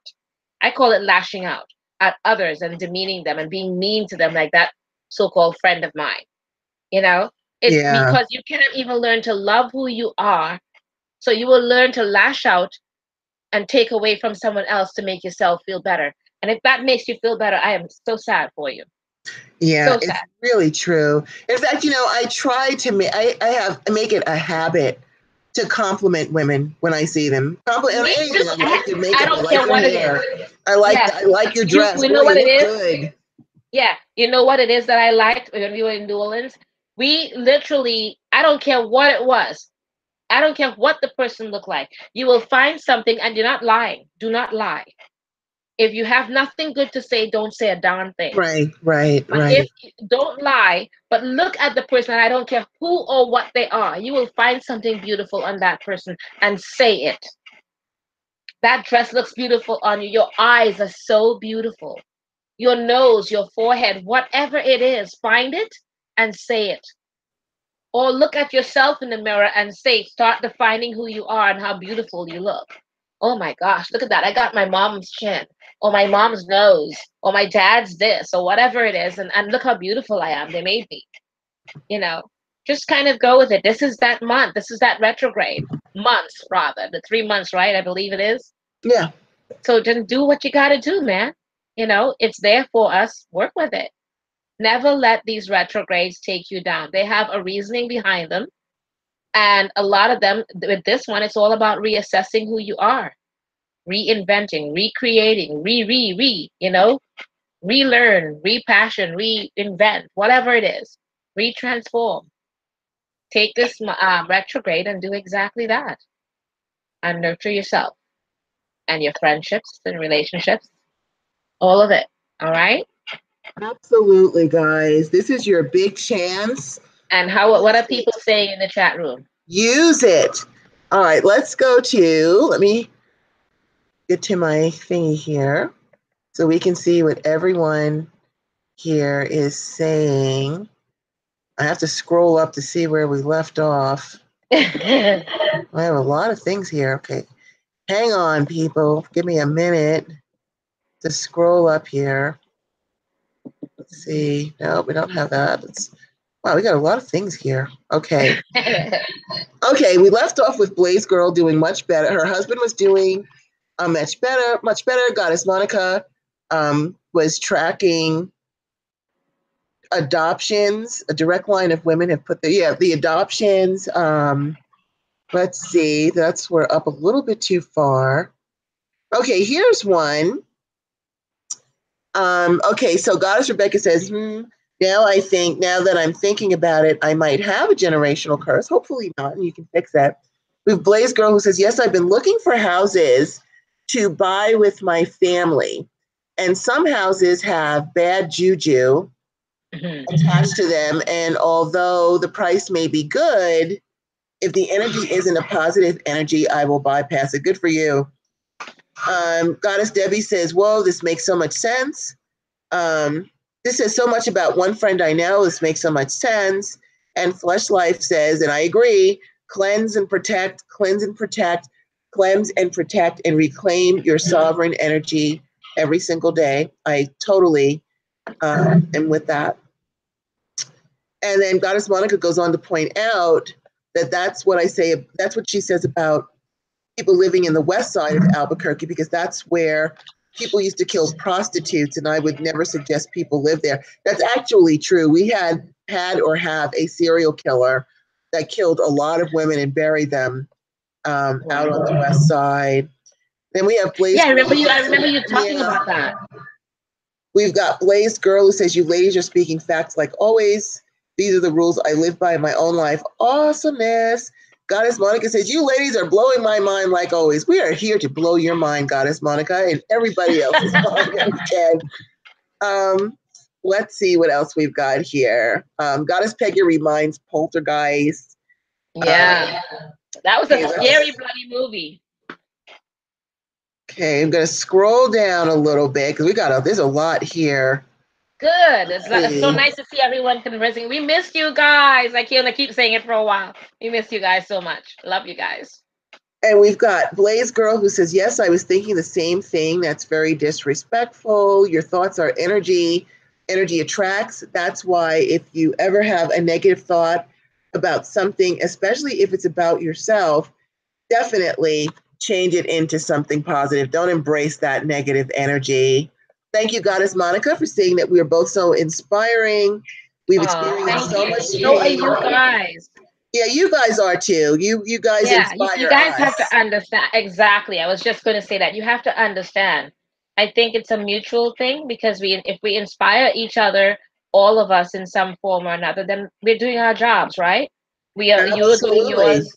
And you guys, don't forget, you guys are such an integral part of this show that we are all inspiring one another. We're all helping one another. And people would learn from all of what you guys are saying and all what we are saying. So it's a very complimentary thing. And we do appreciate that. Yep, we do. We appreciate Goddess Janae, who says, "This is so enlightening." And Blaze Girl, who says, "I use the Bible for spells." A lot of people do. Nothing wrong with that. Goddess Monica agrees with Proverbs. I like what Goddess Monica is calling when we were talking about, how we can get into, my life, my life is bad in this level and that level. And she calls it the vortex of self-imposed doom. Brilliant. Oh my God, yes. I can't. And actually, you know what? It's such an appropriate name, Goddess Monica, because it is such a vortex that I am not even kidding. The minute one of my people come or anyone that I'm counseling come and begin like that, I shut down into a kind of a mode because I'm going, oh no, there's one of those that's just going to stay there no matter how much I work with them. They're just going to stay there. And I kind of fall into that whole thing because they programmed in me already. And I know because you have a type, unfortunately. It's a type that follows a pattern. And you know the ones that right away when you see them, instantly you know they're going to stay there for a while. And until they can, it's not going to take me to do it. I can help them as much as I can, but they're going to keep rotating back to it. So those people, I have a tendency to kind of go, okay, you need to step away from me until you're ready to move on beyond that because I can't. That vortex, I'm not allowing them to pull me into it. And they will pull you there. Yes, they will. They will pull you there. So I can't. I walk away. Yes, they will. And then we also have Blaze Girl who says, "Be thankful, introduce some positive energy into your life. Wallowing in your troubles are just messing you up. I taught my husband the same thing, and he has told me the other night that I was right. Positive energy does bring positive things to you." Ashley Bunny says, "I'm guilty of this. I was so tied into my depression, I kept making the same repeating behaviors, and I blamed it all on the universe instead of taking responsibility for my issues. I was so uncomfortable, and it was all I knew." Let me tell you something, Goddess Ashley. You're not alone in this, and this is not your fault. When I was growing up, because I grew up in the church, if you did something wrong, they'd say, "Oh, the devil got a hold of you, or the devil made you do that, or the devil made that person do that to you." And it wasn't until I realized that the devil didn't do anything. I made a choice. And if I can make choices that are upsetting my life, I can make choices to fix my life. I will take responsibility. The devil was probably home watching Netflix. I'm not going to go ahead and blame him. I did this. And so, the fact that you realize that and take responsibility, you're already on the road to recovery. Depression is a hard thing anyway. And the fact that you are pulling yourself up by the bootstraps and taking responsibility and doing things to help yourself, you rock on, girl, because we all go through depressions. We all go through, but we have to pull ourselves out. And it's not easy. It is not an easy thing to do, especially if you've been inundated with stuff. When I start getting depressed and wallowing in things, I take it as a challenge. I say, okay, this is the universe testing me to see if I can pull myself out of this and get my stuff done. And I usually do. I can pull myself out because I'm mindful of how I'm thinking. And that's another thing, a lot of people aren't mindful of the thoughts going through their heads. You might not realize that when you're talking to yourself in your head, I don't have enough money and I don't have this and I'm lonely and so forth and so on. And you've got these things in your head. You might not even be aware of that script that is looping in your head over and over and over again. You have to be mindful of your thoughts and how you're feeling, and you take steps. And even if the steps that you take didn't quite pull you out, celebrate. If you made 1 inch of progress, celebrate that inch. And then the next thing you know, another inch, and then it becomes a foot, and then you start to pull yourself out. So good for you. And I'm gonna quickly reiterate that what Goddess Rhonda said. One of the main things that she said was the very first thing is learning to accept responsibility for your own actions, your own thoughts, your own things. Because people don't. I'm not saying to own it, because you're not. I don't want you to own those things that are negative. I want you to accept responsibility for it, so then you can deal with it. Because if you're going to blame everybody else for it, it's not going to help you. That's all just part of pushing it aside and saying it's everybody else's fault why I am exactly like this. No, because once you've learned to do exactly what Goddess Rhonda said and learn to accept it for what it is, that it's my fault or my acceptance of what it is I've done, now I can pull myself. You would learn to pull yourself out of it. And the fact that you're doing that, that takes a lot of strength. And anyone who's doing that, Goddess Ashley and Goddess Monica or anybody, you got to congratulate yourself. Pat yourself in the back. Give yourself a hand, because you're actually saying, I'm taking it by the hands or the shoulders or the head or whatever. And you're saying, I am responsible for this. So if I'm responsible for it, I can change it. No one else. If someone else is responsible for it, then you're waiting for them to change it for you. No. You cannot wait for people to change things for you that's going to take your life into a better place. So you have to do it yourself, no matter what you want to say or do or think or blame. If you don't take control of it and do it yourself, you're not going to get out of it. So I'm so proud of any one of you that are doing that. And that's what we're trying to say. We're so proud of any one of you for doing that, because it is the most amazing thing, because it does take great strength. It does. No matter what anybody says, it takes great strength to do that. Because once you accept that, then you learn. That's when you start that journey to learning to love yourself. And that's a very, very hard thing to do. I don't care what I may make it sound like it's easy, but it's not. No, it's not. A very difficult thing to do. And only you can love yourself more than anybody else. No one else can love you more than you. That's right. And waiting for a partner to come along to help you learn to love yourself, that is a no-no. You have to start doing that yourself. Take the bull by the horns and do the darn thing. Own the shit and love yourself. All right? That's right. I really am proud of any one of you that are doing that. And so we've got Goddess Debbie, who says that she's totally sharing this video. Oh, thank you. Thank you so much for doing that. Share away. Please do.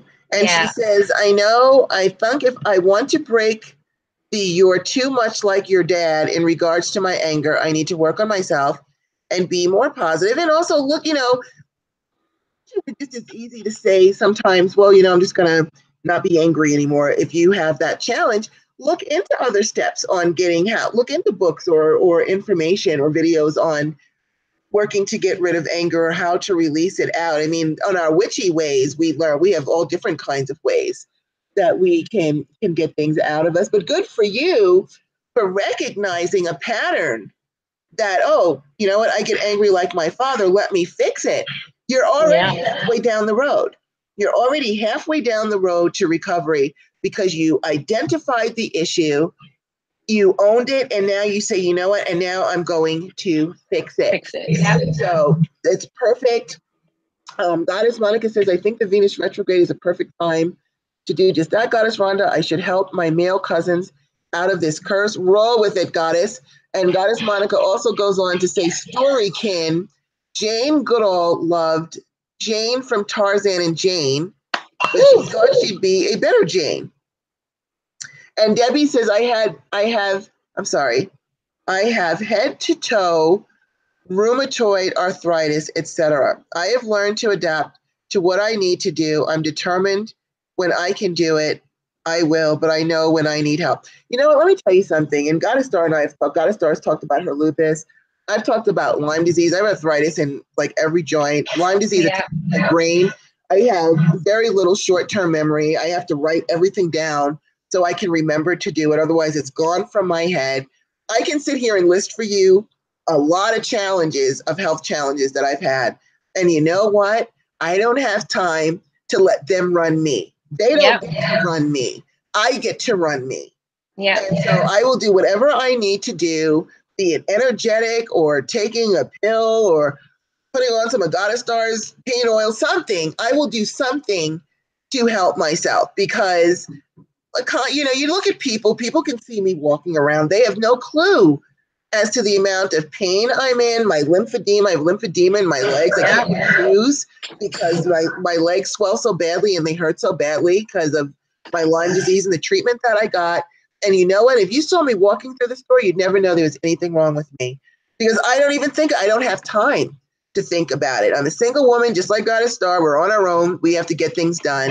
Yeah. And so we learn to address those illnesses as they come up. And if it comes up that I need to just stay in bed for the day, that's my challenge.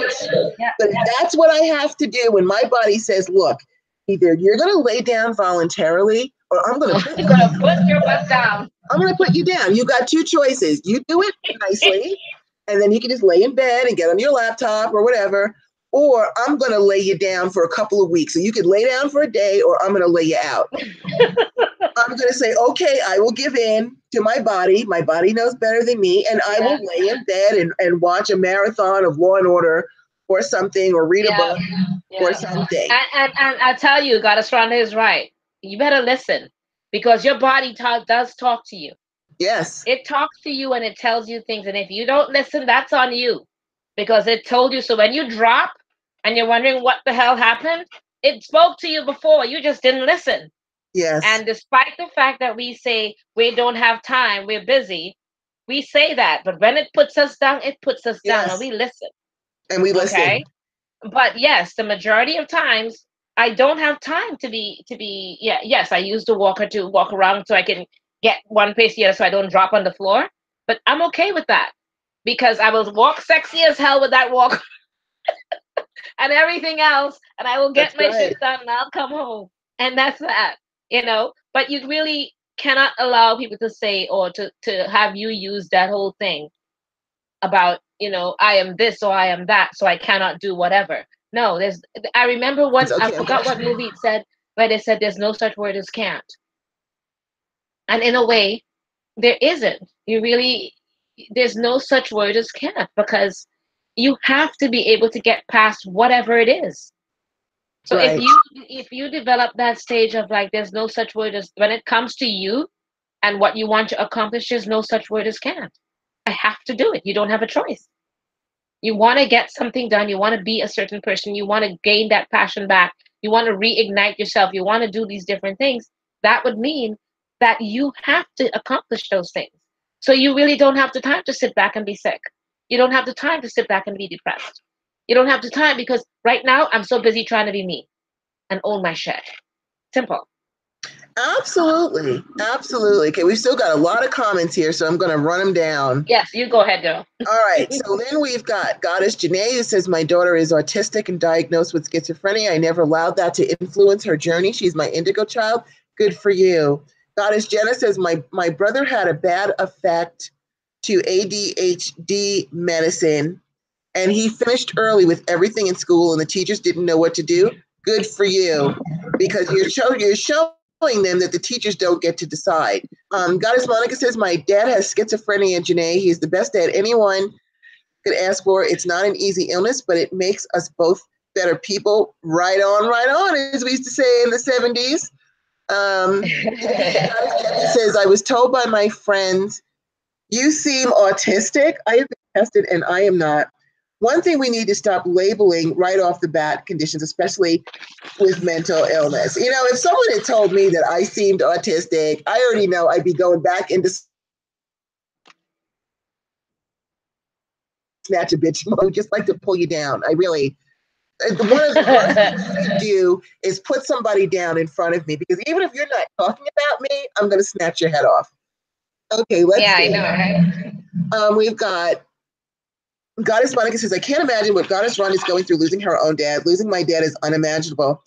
You know, my dad, when he died, he had, at that point, aside from having his Alzheimer's, he was mainly comatose. He had double lung pneumonia, kidney failure, and he was going sepsis because of the infection spreading. But it was actually, when they get that sick, you do not want to see them suffering. When even after he died, my father followed me around. He was saying, I'm happy, I'm great. Look, I'm doing fine. I feel great. I'm so glad not to be in that bed anymore.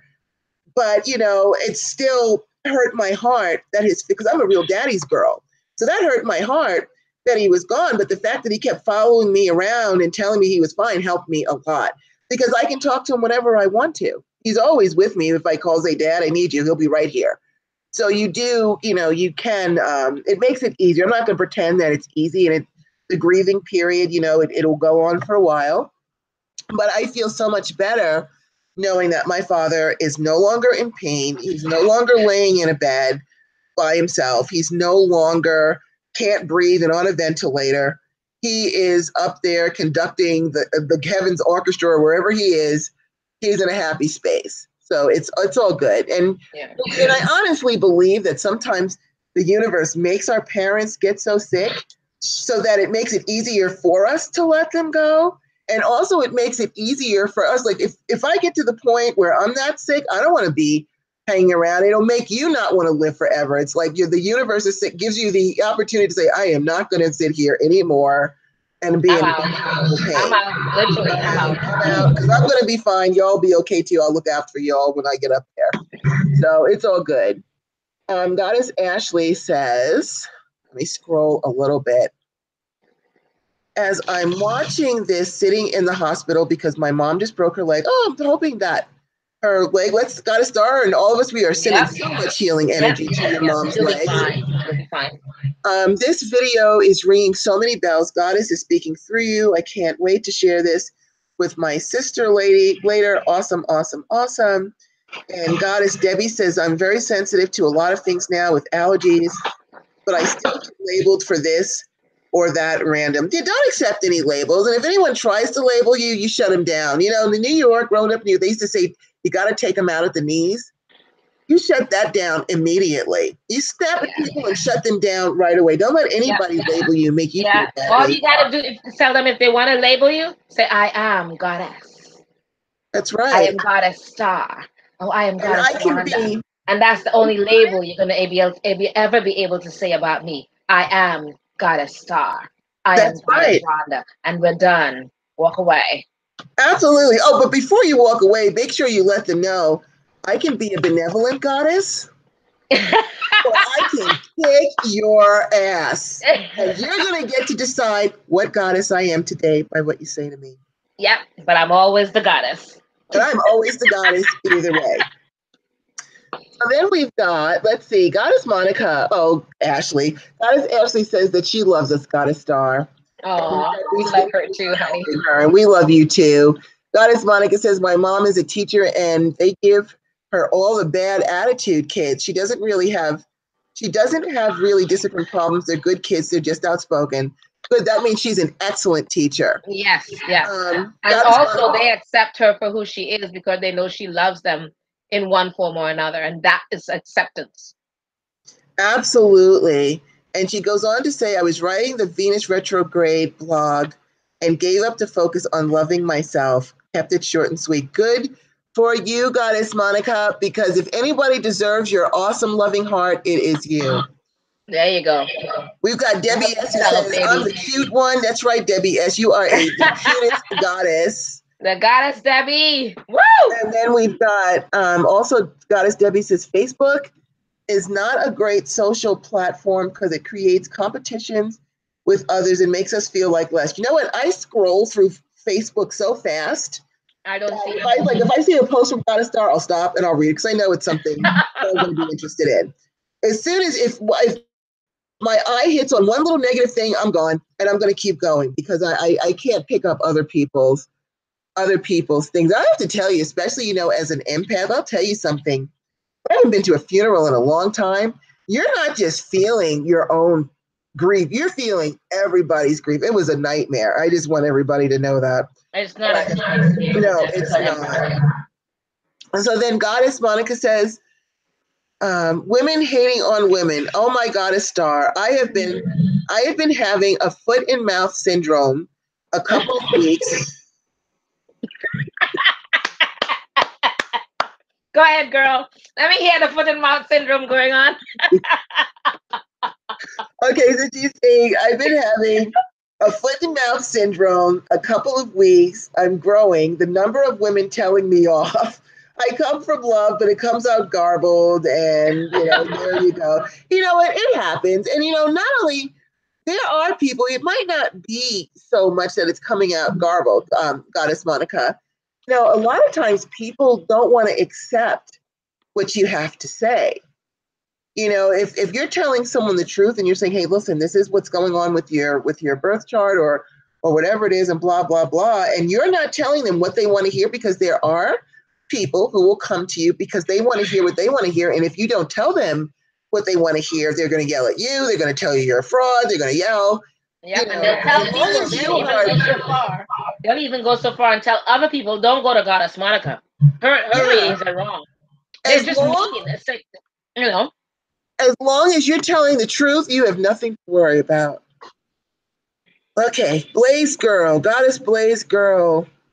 Is there a ritual that I can do to find more strength on getting better with a fear of being outside alone because of past trauma? I don't wallow in my sorrows. I have PTSD. Probably the best thing for you is for hypnosis. Both Goddess Starr and I are hypnotherapists.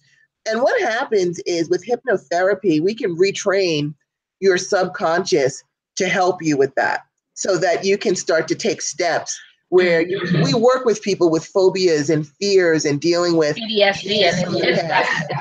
Even if you don't want to see one of us, please see a hypnotherapist that will actually help you to break that down and get over it. She goes on to say, I said the other day on Facebook, I am a free spirit. What? And I was called a slut by women who have self-esteem issues. This has happened to me a lot.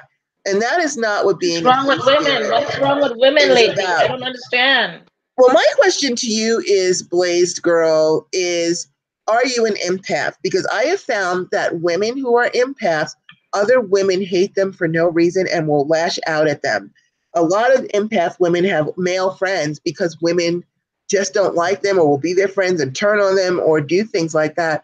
So you may have that. And that's because they can feel that you have an energy, that you have something they don't have, and they lash out at you. So anybody who starts calling you names, right away to discount them. And I'm not going to tell you to handle it the way I handle things, but if you need to, block them and just get rid of them. Yeah, and also whenever you post anything, I have a tendency, sometimes I forget to do it, but basically if you're going to say something and you know that there might be any kind of negative connotation that comes with it, simply state, look, this is my page, my right, and I'm stating something. Unless you have something positive to reinforce or be supportive or in any way, stay away. Because if you do, I will just delete it. And if they do, delete it. Yeah, delete it. I posted something today on my page politically, which I don't normally do. But when I hear something eloquently, I would put it out, and somebody posts something else that was counterproductive to that, I just deleted it. And honestly, then if they put another thing, I will then go and remove them as a friend because I don't need it. That's because right. I have the right. I don't go to anyone's page and denote or say anything negative about what they're saying because that's their page.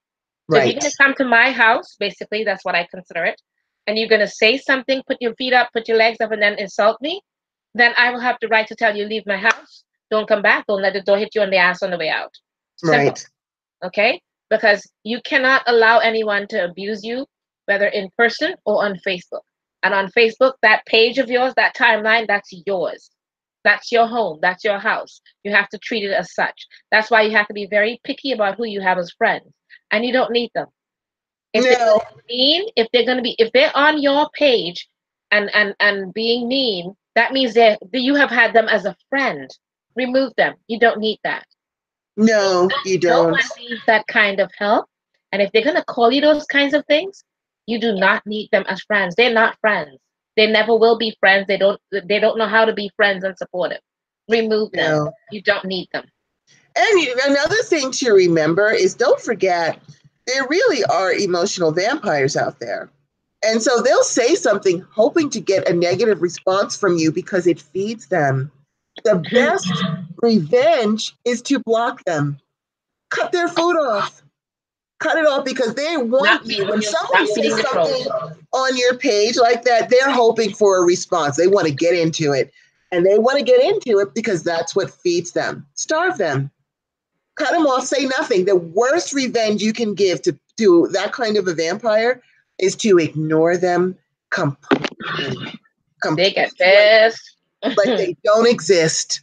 And that will help you with that. Okay, we're almost done with the comments. We might as well just finish it up. Get back to that. Okay, so let's see. Blaze Girl is feeling witchy. Excuse my eating these cheese curls, but they're so addictive. I wanted to just take a couple, but now I end up taking more. But they're very addictive. I know you're starving, and I haven't even cooked dinner yet, so we're almost done. I got my cheese curls. We've got Blaze Girl who says, if one was not raised to have self-esteem about themselves, it is more difficult to love yourself, I guess. I love myself and have confidence in myself. My self-esteem is good too. And she's feeling witchy. You go ahead, witchy goddess. We like that. Go ahead, girl. Goddess Monica says chiffon curtains instead of sun blocking curtains. That's absolutely right. Goddess Debbie says, Goddess Starr, you just said something to help me. Even when I get a power scooter, I will still be amazing. Absolutely. Yes, you will. will. The power scooter is going to make you even more amazing. I'll tell you something. Dress sexy. Dress be you and who you are at all times. Sit up straight. Even if you walk straight, whatever it is, hold your head up, put your makeup on, powder. I put powder on, put makeup on.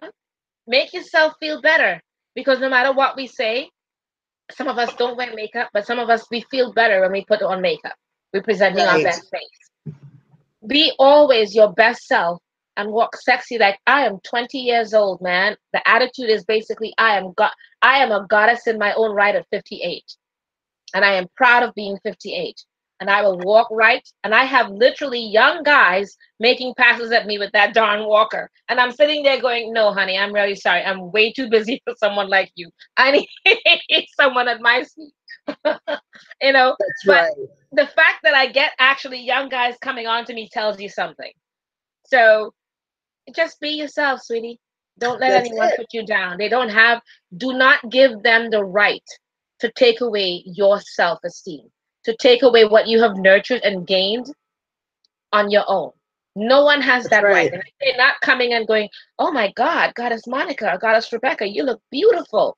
If they don't do that and they don't help you like that, get away. Step away because I'm going to take my little bits and my every parts of me and I'm going to go somewhere else. That's right. That's exactly right. And so we've got Goddess Monica saying, finally understanding what you're saying about being disabled, Venus retrograde manifests rekindling a love of life. That's a very beautiful thing. And she goes on to say, men are responsible for their own actions. Women are responsible for their own action. Nobody makes anyone else sin or stumble or get angry or beat someone or anything. That is very true. Yep. She says that drives her crazy. And yes, it drives me crazy too. And she goes on to say, Venus retrograde sisterhood rekindled. I love that. I love that. That's awesome. I love that. Go ahead.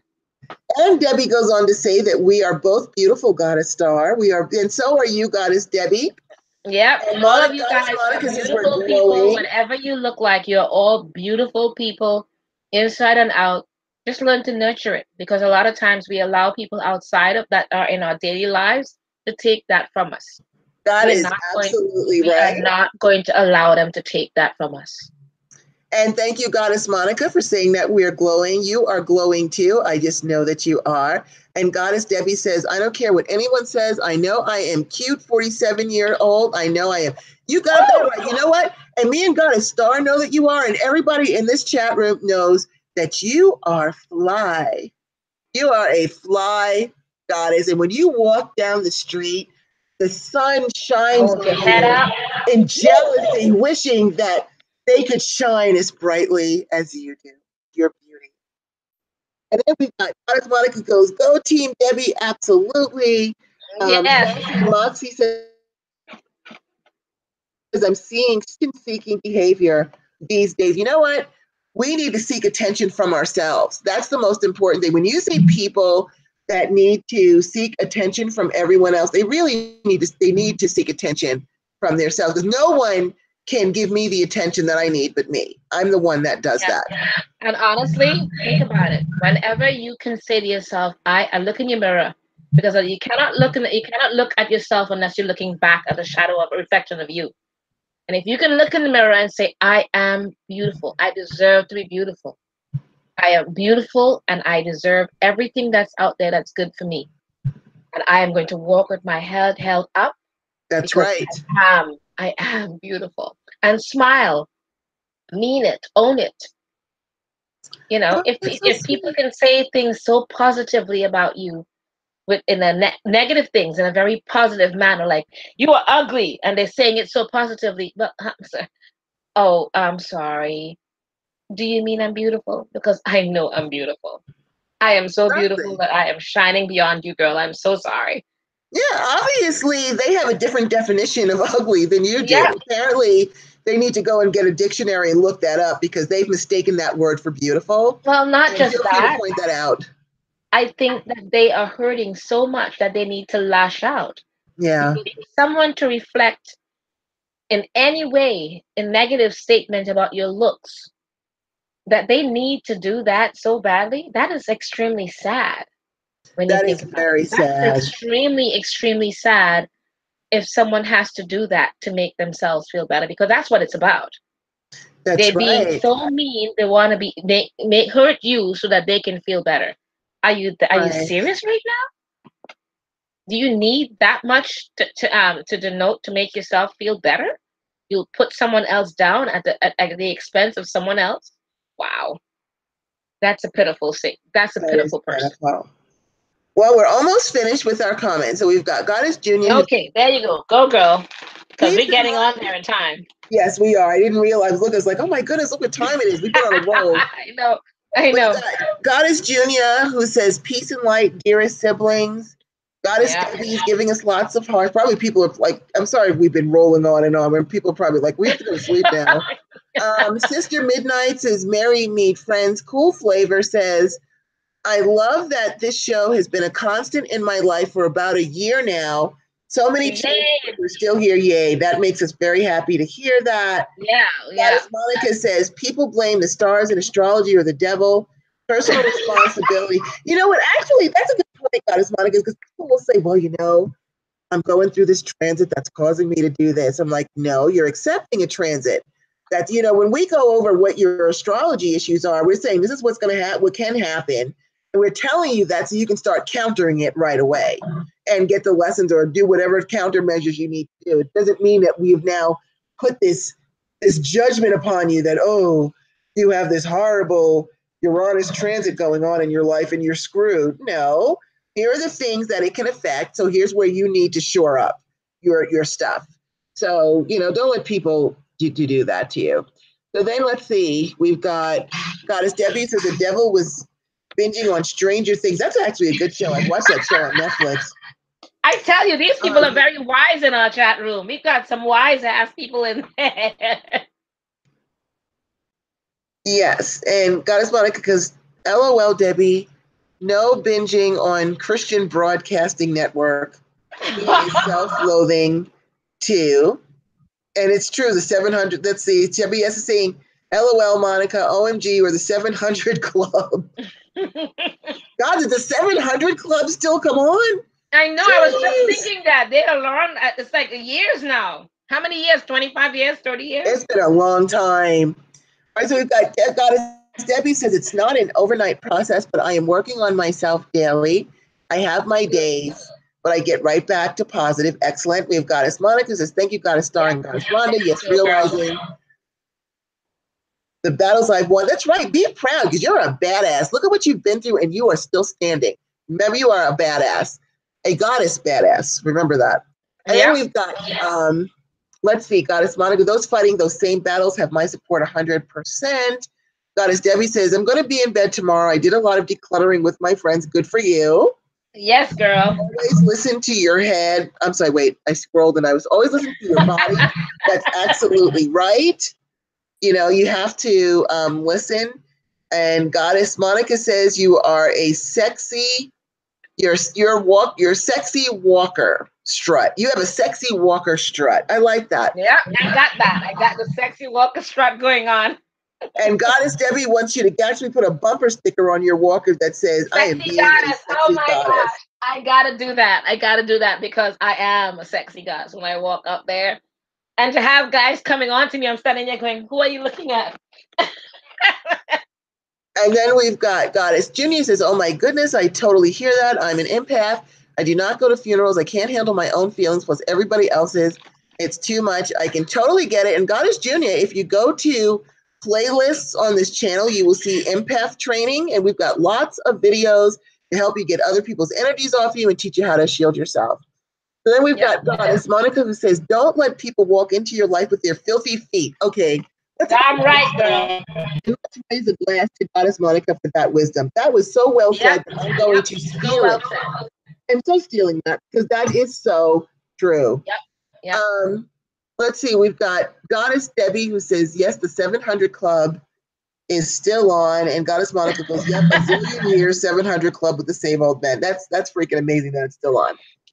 It's amazing. Right, we actually, yes, I know that we are much later than usual. We got on a roll, but we haven't been here in so long. I guess we got carried away with everything, and we didn't stop to look at the time. So I apologize if we have kept you up. I wasn't looking at the time, and neither was Goddess Starr. We were just so happy and excited. No, we were not. We were just, I think we were just so happy to be here with you guys. You know, so it went over time, but we love you guys. It's just what it is. Okay, but we are going to let you go. And so we wish you a very happy new moon. New moon, yes. Wonderful goals go. But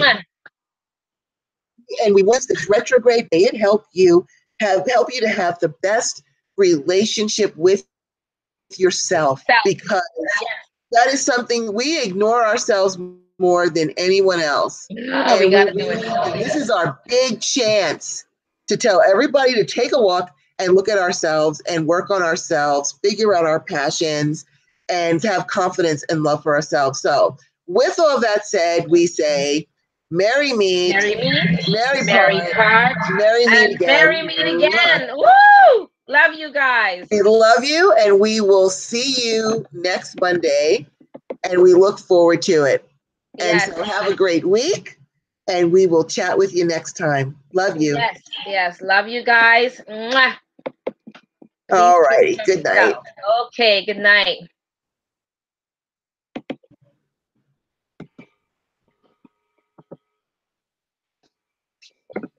All righty.